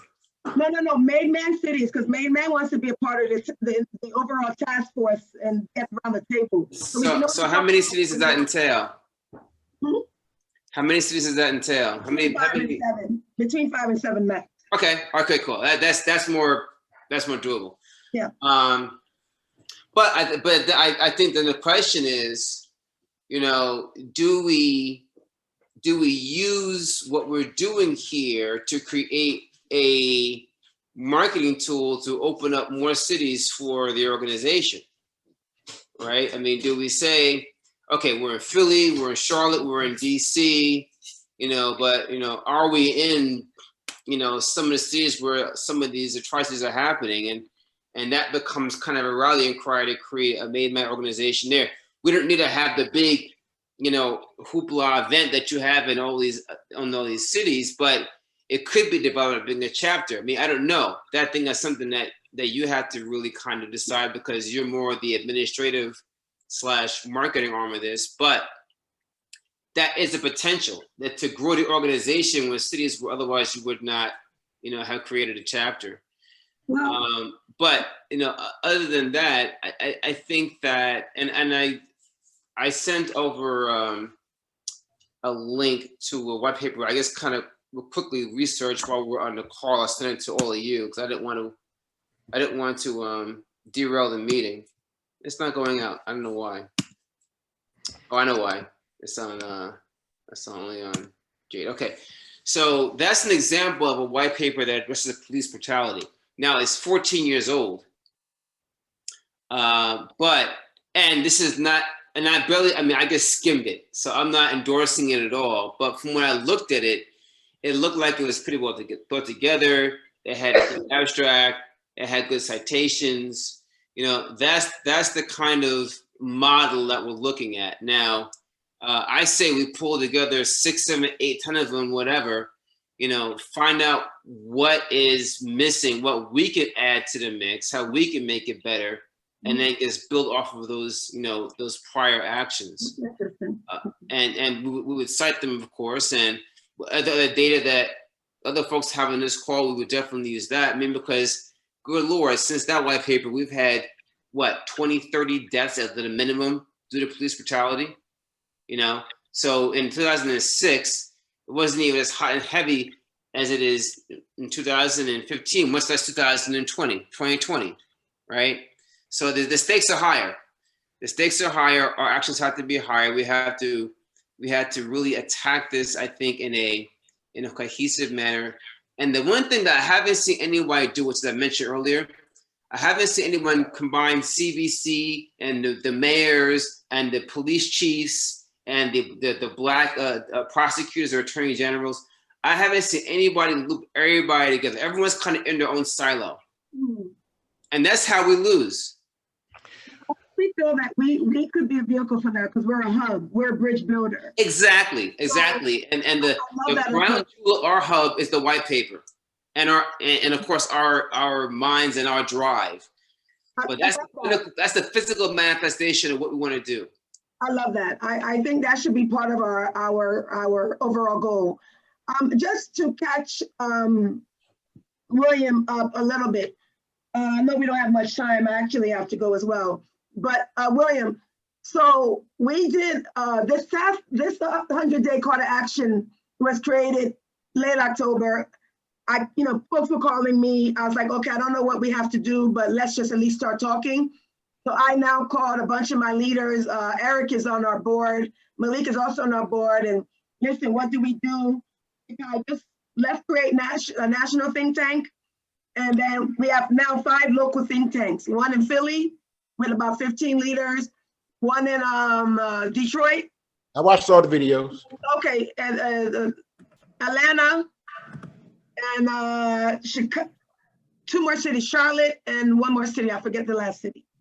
So we're in 5 local cities and with think tanks, and we're national, we have a national think tank.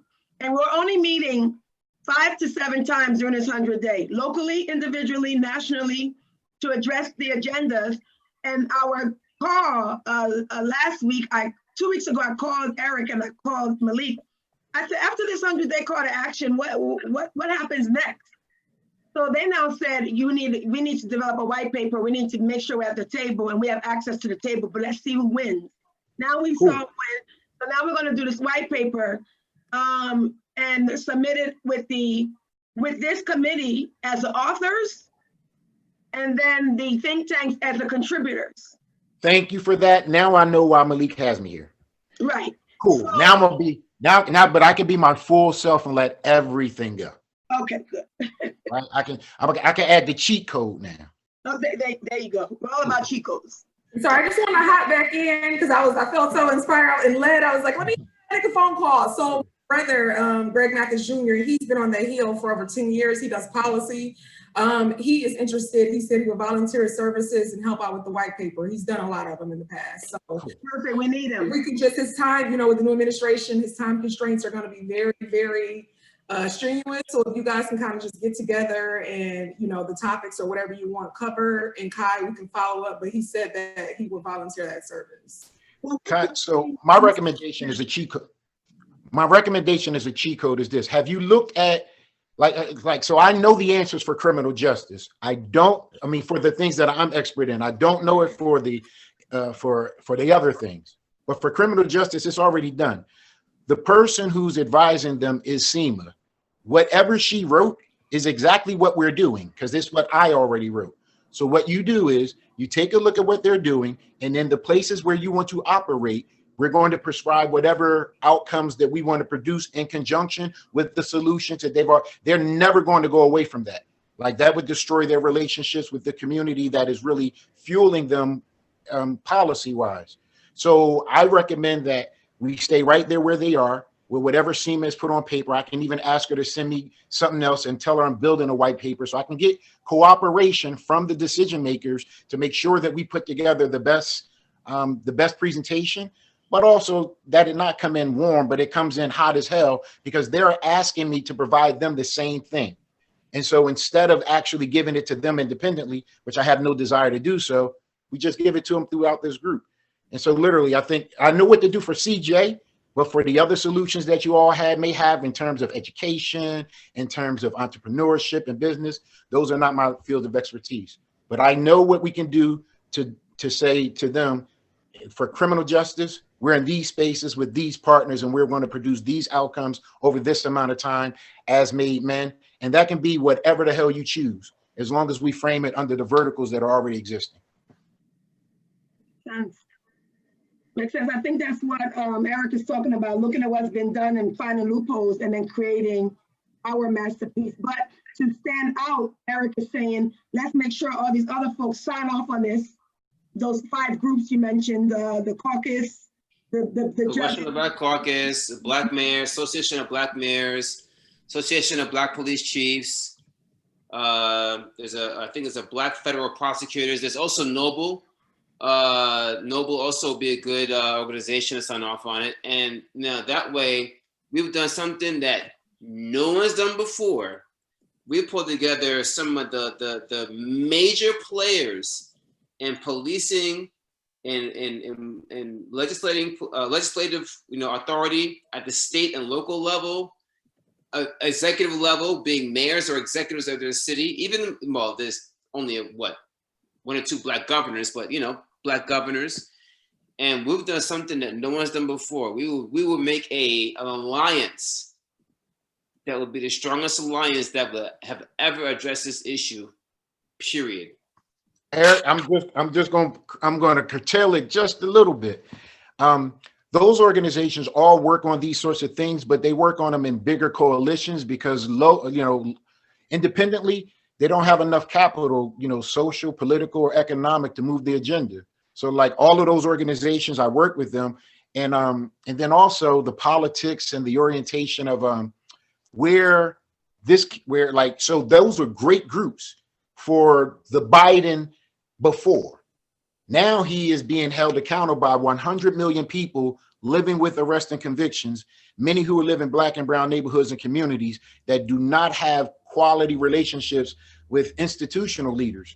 In fact, vehemently opposed to any of those individuals who've been contributors to the current system as being a part of the solutions, other than informing us with the data that they, kept away from folks. So yes, differently, but a larger and far broader coalition, because they already have, what people don't know about this campaign is that it rooted itself in community in its launch after everybody went away. So all of the grassroots organizations went to the Biden campaign, not for the sake of helping Biden. They went to the Biden campaign for the sake of making sure that they would have a voice and that what they wanted would move forward, because they understood that he needed those votes. And so all of the grassroots organizations, particularly right now in Georgia, Philadelphia, and so forth, they are the leaders in this space. We don't want to transpose that and offer an old remedy for what is currently and upgoing. However, what no one's done is merge that along with the new in a formidable way. And having made men do it, it's possible because of the broad range of leaders in which he has and a diverse group of leadership among the men. So I say that we pull that part, like you're saying, add the new version of it, and put it all under and build a even broader coalition. And that'll be good because the people from the ground can bring those people. Like that's how I ended up working with Kenyatta. That's how I ended up working with Jordan, because I'm from the streets and I'm working towards the same goal. And they're from the nobles and they're from elites and they're working towards the same goal. And you're right about that. We can, we're bringing all that energy there. That is something that's very unique that nobody's ever done. They do it in coalition, they do it in name, but they don't do it in operations. And that's because most of the time it's not in the vested interest of the collective to do it. You're not going to have a person who wants to get off probation and parole sitting there working to close a prison with a person who gets paid a pension from a prison. So there's a lot of nuance into who you bring to the table. And at this juncture, we want to make sure that we look like we really know what we're doing and we're not regurgitating the same garbage to present something that they looks attractive. We definitively know. And we have the relationships that I think are going to make it very easy for them to choose what we're doing, because it's not a prescription for the whole world. What I say is that we organize nationally, but we work hyper-locally. Agreed. So, Malik, can you take over? Because I want to know what the next step is. I've never done this before, so I literally got to take a step back with this and follow. No, so I think to Cobb's point, the old adage is all politics are local, right? But to add to that, all change begins locally. So and you just created that great hybrid that you and I both know, Cobb and Eric. I'm sure you know this also. It just has not been done before, and this will be the first time where it would be done in a meaningful way, where it's not symbolic, but it's systemic. It's ready to go. It has a system, a flow chart that ensures production in its ranks. So I think we're here. I think that we all understand the formation and what needs to happen. The local think tanks are already active. They're activated, but I think they need the information that Cobb already knows where it is. He already knows, that critical data. Listen, I literally have this shit, y'all. I literally have the emails. Like I literally have everything. And so the conversation is providing not all of that data, because we don't want to overload people who are not necessarily data wonks with that kind of data, but to give them cursory data to help them understand where we're going, and to hear from Eric and Will on multiple calls or some kind of Zoom that includes some of the local think tank presidents, so that they see, hey guys, this dive that you're about to take, when you come back up, the treasures will actually go somewhere that will be valued. And here's a part of that. What Eric and Will have at the national level in terms of data, we'll give you some summary points to get your local chapters excited. Give us something similar to, or at least what you believe your current initiatives need to be in 2021. That goes right up here to the white paper group. It gets chewed up for validity and for integrity. The empirical data gets matched up to it. And I mean, I didn't want to throw these on Will's shoulders, but he kind of mentioned it. Like he's in the door at the table. Like it's not a long conversation. And so once Eric and Will and yourself, Kai, close this up, it will go to the table. So let's just get some data to the local chapters and keep them on the same mission of recommendations. That way they have buy-in, they believe that they are a part of this process. And then we begin to tie it into a collective document, to Will's point, that includes institutional process as well as on the ground. It's done and can be done relatively quickly. I have to go, but I heard next steps discussion. I mean, right now, I think the next steps is research.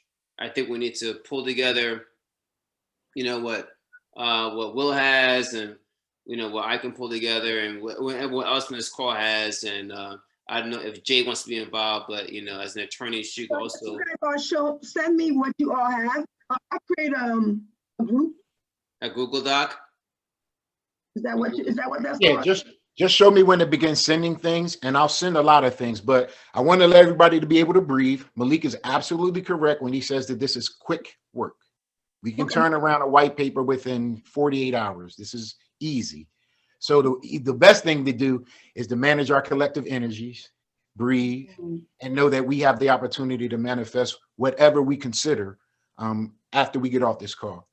So you want me to create a Google Doc and send it to all of you to upload all your docs, and then we all review it and get back together sometime next week about what's next steps are. I mean, look, so the next steps, right? You literally would have to just define. So like for criminal justice, I would recommend to the made men that your top line item be ending cash bail. That's what you would organize the 100 million people or whatever number of your population who have been impacted by criminal justice. We don't have to get into the nuances.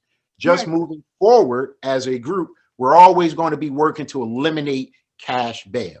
If that's something that folks can agree upon, that's what we organize on nationally. It gives every local group an opportunity to come on board and do short campaigns or do media campaigns or do organizing whenever the issue of cash bail becomes relevant in their neighborhood or community. And because we're a national organization, we can do things quarterly. We can do podcasts. We can do things on the ground. And so that's organizing nationally, working locally, but always being in control of narrative, money, no, whatever. Like once you decide that Made Men is focusing on that, that's what we'll hyper focus on CJ. That'll give you access to the population of people that I have deep ties with, and that'll put you powerfully in connection energetically with the Biden campaign now and for its future.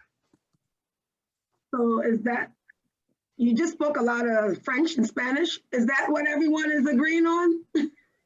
Yeah, I mean, because essentially Eric's point, you know, he wanted to make sure that we have proper data sets at the table, which I think is absolutely crucial.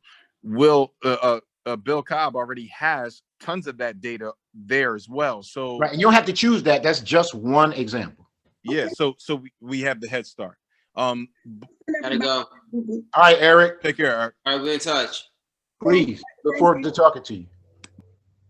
So I'll send everyone the Google Doc link to upload, and I need to pick 2 folks to do this day-to-day writing, and I think William have somebody, and Jay said she has her brother. A congressman or somebody. So she has her brother, who I'm sure is into something heavy, because that whole I'll see. I don't know if she has the capacity to begin it now. I just know that that's somebody. So we already down the road on a think tank, but just exclusively for the 100 million people living with arrest and convictions. So now, right, you provide us with an opportunity to just nurse up underneath your organization and connection and just build it out. So organically, we're already headed where you're headed. We're already in relationship with the campaign. I'm hyper committed to building power locally with my brothers Malik and other individuals here. So that's why I said a deep, powerful hell yes to this. Speaking to the local think tank on Sunday. You're one of the speakers on Sunday. Malik, so CBS, what's his name? Yuki Washington? Yeah. They're going to be, CBS is covering Sunday on the Sunday think tank. Tribune is covering the Sunday think tank, and another media. They're all going to be on the Sunday think tank. So I'll have William speak after Kenyatta's think tank today. I don't know if he's ever going to speak for me again, but I'm going to call back in the. Well, no. I mean, listen, I don't think is frustrated by it. You know, it's what happens at national tables, right? Like this is a grown folk room, so everybody's good. But what I do think, and to our earlier point before we got on this call, the reason why I believe that we want to center around Bill Cobb and others who are at the national level on advocacy is so that we never get those kind of conversations in the middle of what we need to get done. I mean, you have to know what works so you don't know where to even begin. That's true. And you're spot on. But to your point about the time value, many folk, if they don't feel like they can add their point of value, I know. To the point you made for us earlier, right? They're going to have an adverse reaction. Yeah. Right now, we got to skip over all of that and get right to the meat, especially if we're going to have media involved on these calls. And so I think, you know, if you just pair folk that you think make sense along with Bill for Sunday's call, it gives a robust example of what can happen. And him, because it's a Philly call. We're fine with that. I'm just saying anyone you want to have on that you think makes sense. But I do believe on that call, the focus should be exactly what Bill just said. Organize national, work local. That's the driving force. I even like that. Why Made Man will be effective. Yeah, I even like that as a mantra. That is incredible. Yeah. Yeah, I like that. He always gives me great mantras. Most of this shit is his anyway. No, listen, I borrowed that from Bill. He just said it. I just happened to write it down. This shit is collective energy. It don't belong to nobody. They showed up here for this, right? Yep. Because a mantra should be sloganish, but that shit should be operational. People should know what the fuck they gonna get when they show up in a moment's notice. You know it when you show up. You're gonna organize nationally. You're gonna work locally. Yep. So this is 100-day call to action. It's over mid-December. Cool. And the manuscript is the product of these national and local think tanks collaborating. My vision for this white paper was not as granular as you guys, as much as it was saying to the administration, Black men have to be engaged in these task forces at these tables, and we have a machine to make sure that Black men are engaged. Cool. That's another vertical, right? You got a CJ vertical, and you have that's true. A leadership. Look, you got a leadership, mentoring, but I don't like the low level shit, because you have such high net worth, high functioning Black men. Yeah. Want to, you know what? A think tank.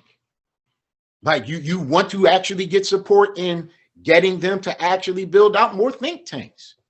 So operationally, but it starts with a mentoring component, right? And the mentoring can be focused in verticals of your professional development. You know, so I'm working in building political capital, social capital, economic capital, and I'm obviously a Black man. I only function in those three verticals. Right. So if you can deliver a three vertical, like they love everything in threes. Right. If you can say that you want to, but you're dead on.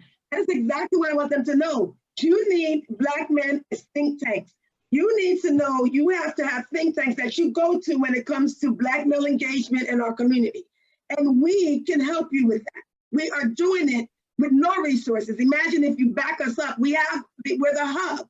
They need that. That's exactly what I want. I want our leaders at the table, our leaders in the rooms. So wonderful. You've already assembled the people, right? Now what you need are the physical resources and the money, right? So now that's your second ask. You know, they're going, and those Black men are going to learn how to fix their problems in their neighborhoods and communities in conjunction with government. So now that way you could put in that component that they love about increasing civic engagement, building out voter registration, because we've already engaged in it. So civic engagement, mentoring, education, whatever, and one more vertical, and you're off to the races. Where did you find this guy? He's a fucking intellectual orgasm. I mean, listen, that's my big brother. We've been stomping through Philly for years. It's just now. I'm tired. But so now I can just shoot really frankly. Right. You know, there's a lot of folk saying they're doing the work, saying they're at the table. And we end up missing the Bill Cobbs and the others because their head is down doing the work. They're not standing up trying to be noticed. And I told Bill, I was like, mix them both, right? yeah, I'm like, now is the time. We got enough pomp and circumstance, and there's no disrespect to anybody. You know, everybody's doing great work, but now is the time to get the policy done. Because if we don't, let's just show and tell. Let's just really get this shit done. Yeah, because here's the part, and Cobb knows this well. We don't know if Biden's going to do a full 8. And based on the current polling, we don't know if Kamala can survive a 2024. She very well may be primary, let alone having to battle 70 million people who voted for Trump if he turns it into a political engine himself. So if we don't get this done in the next 2 years, we stand the risk of potentially missing 12 years of progress. We're doing the work. So what we needed was this engine, this committee with you and William, folks that know what this looks like. Hey, Kai, your microphone's messed up, Kai. Can you hear me? Yeah, that's better. Okay, can you hear me? Yes. Okay, I'm saying we're already doing the work, but the work that I believe the Made Man is doing is extremely minute compared to the bigger picture. I don't even know the level you guys are talking about. I don't even know about. All I know is we are a hub, and my strength is bringing folks to the table. Now, you guys need to now say, this is how we need to sit at the table. This is what we need to say at the table, and this is how we need to present it to be at the table. That's exactly what we need to do now. And that's no problem. That's no problem. Listen, y'all, everybody just go back and breathe. I think that when you get a little bit more insight, I know I need to debrief, right? That this was a lot. In spite of my capacity to tell you because listen, I know this shit like the back of my hand. Mm-hmm. But bringing people together in order to produce outcomes that are mutually beneficial for lifetimes are what I struggle with. That's where, that's where we're working together in our anointings, I guess. And so that is what I'm trying to how to do, how to protect my energy and how to build with other people's energy. Right. And Malik, you and I got to talk offline because I want to make sure that our national are feeling like they're being heard. And I we'll get that done. Once the paper gets formulated, I think that's the bigger thing. We start the paper, start compiling data and saying, guys, the paper is being formed. Here's a synopsis of how it's going. Right. We now need your local input as a national leader. I agree. And in the background, I'll be working with it now. Again, CJ, I don't have the other verticals y'all may work in, but on the background, I'll be working to make sure that Kai, you connect some people into Made Men who are just like me, who are already operating. That way it's not an outside in, that equity in so when you say DeAndre, when you address them again, say, you know what, not only did we partner with them, but we pulled those individuals into Made Men, making sure that we could build equitably. We just need to show that we're not talking, we're getting shit done. Okay. And then folks will now understand, because it's hard to understand because I think we're all just trying to figure shit out. So. Well, I want y'all to get this though. Like my wife has been listening and sitting here the whole time, right? Can I say hi? I'm sorry for cursing. I didn't know one lady was there. Man, shit, we good over here. But and I have not, Kai, I've been hiding for the last 2 years. Healing from working in white spaces. Creating my own sabbatical, getting in touch with my family.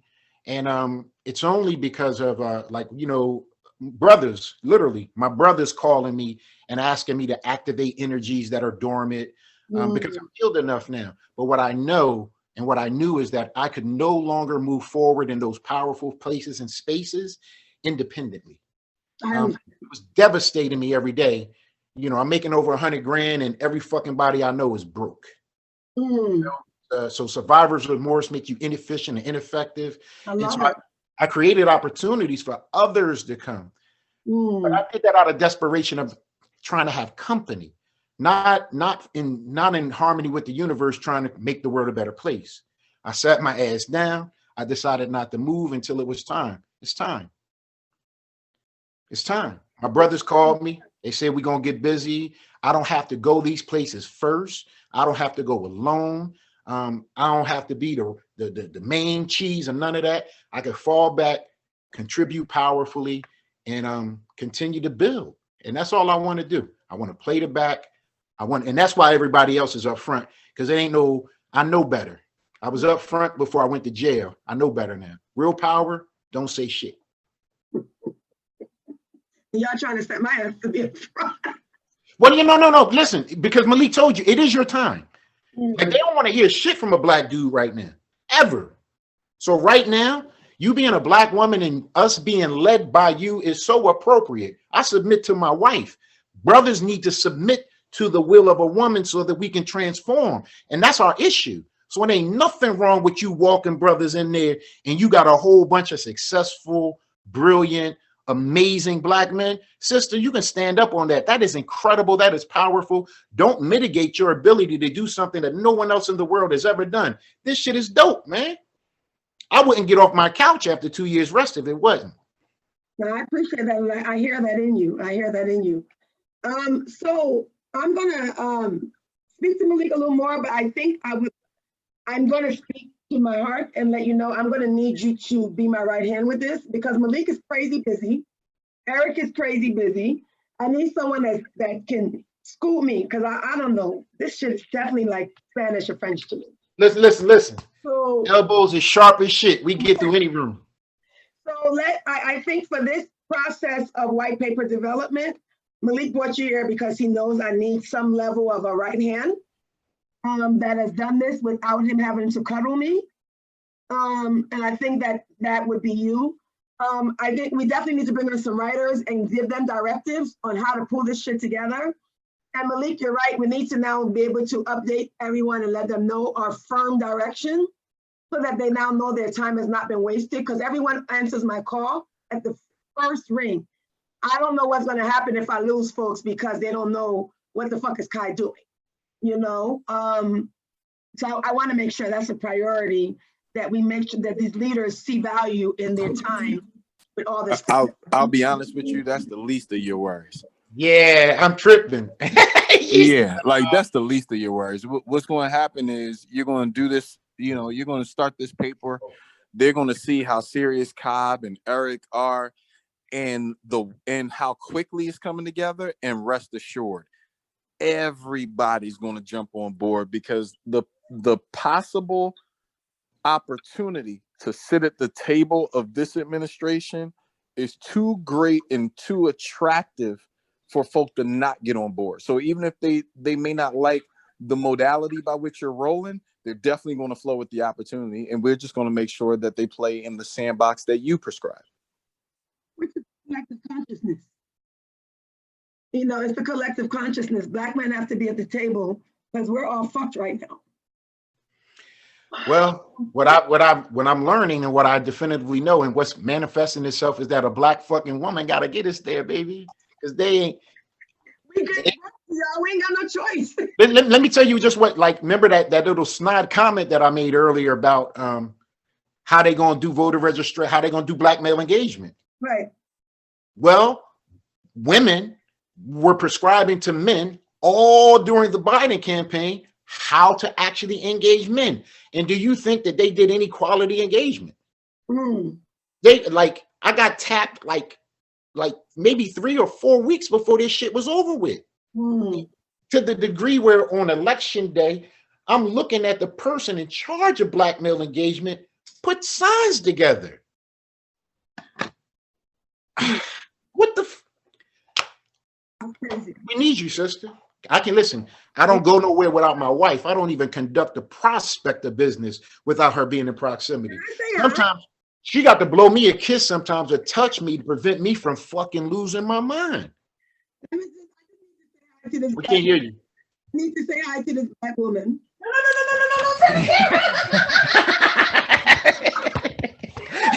You see, that's a black woman for you. You know that's a black woman. She ran. Right. That's exactly what the other woman would have said they'd been like, no, I look crazy. I was not prepared. Hello to everyone. Hello. My wife Kira. Nice I'm a different man. I'm a different man than I was when Malik met me, as a direct result of being married to that incredible woman. So wow, that's amazing. Well, tell her we said thank you, and Maybe tell her I'm about to me. take up a lot of your time. So please excuse me. She said she already told me I was about to be busy. Yeah, we have to get this done. And Malik said it properly. If we don't do it now, the next few years, we're just going to be lost. And I'm not afraid of the work. I just want to make sure that we're doing the right thing. Well, I want to assure you that I got your back. Malik got your back. What that means is that you got wings and you're going to soar farther and harder and faster than anybody else. So we got you, because you got us. I could triangulate off this energy all day long. So let's not keep preaching about it like let's not sing about it. Let's get it done. Let's get it done. Okay, so I'll send you guys the Google link by tomorrow. And then William, I'm going to reach out to you one-on-one to kind of talk about, okay, Kai, if you were leading this, what's the next 12 days look like? Cool. In reference to project manager, right, so that I can understand this fully. Yeah, you're going to get it as soon as I send you some paperwork. It's going to come just like that. Okay, excellent. Excellent. Malik, you're amazing. You always save me from myself. No, listen, 25 teamwork. years of you saving me from myself. Teamwork makes the dream work. Now it looks like we putting together the Black Voltron, so it's on. I can't. That's definitely what the fuck just happened. So I'm like, that's definitely what the fuck just happened. I'm like, yo, I'm getting texts from everybody. I'm like, okay, shit, we really got to do something with these Black folks because they are intense. Everybody's texting me during that call. Yeah, I could imagine. I was just sitting here looking and laughing and giggling and shit. It's too much. It's too much. Even Kenyatta was texting me. He's mad at Yolanda. Yolanda mad at Kenyatta. I'm like, yo, let's just all get along. It's Friday. Get a drink. So, right, remember what I talked about when it came, the reason that we're not getting outcomes in terms of changing criminal justice reform, as they call it, is because people who have a vested interest in changing it are not at the table.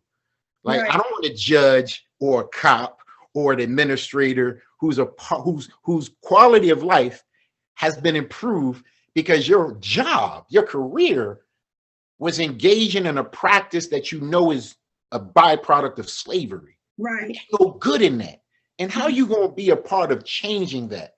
Oh, you can inform me if you have been transformed, but you can't make that change. I'm going to let the most desperate, the hungriest, the thirstiest person drive that effort because they're never going to quit. They're going to do it better than anybody else. And after they've gone through that process themselves, those are the best, most compassionate, most informed, most formidable leaders in the world. Amen to that. Hallelujah. I'm going for a drink after this shit. Thank y'all. I'm about to roll No up. doubt. Y'all be good. Talk to y'all soon. I am also a cannabis advocate. I'm not mad at you. Thank y'all so much, Malik. I love you so much. Love you too. Talk to y'all. Peace and love, my Malik. brother. I hit you up, brother. All right. Thanks, William. Too easy. Y'all be good. To your wife. I will do. We got work to do, but I'm excited.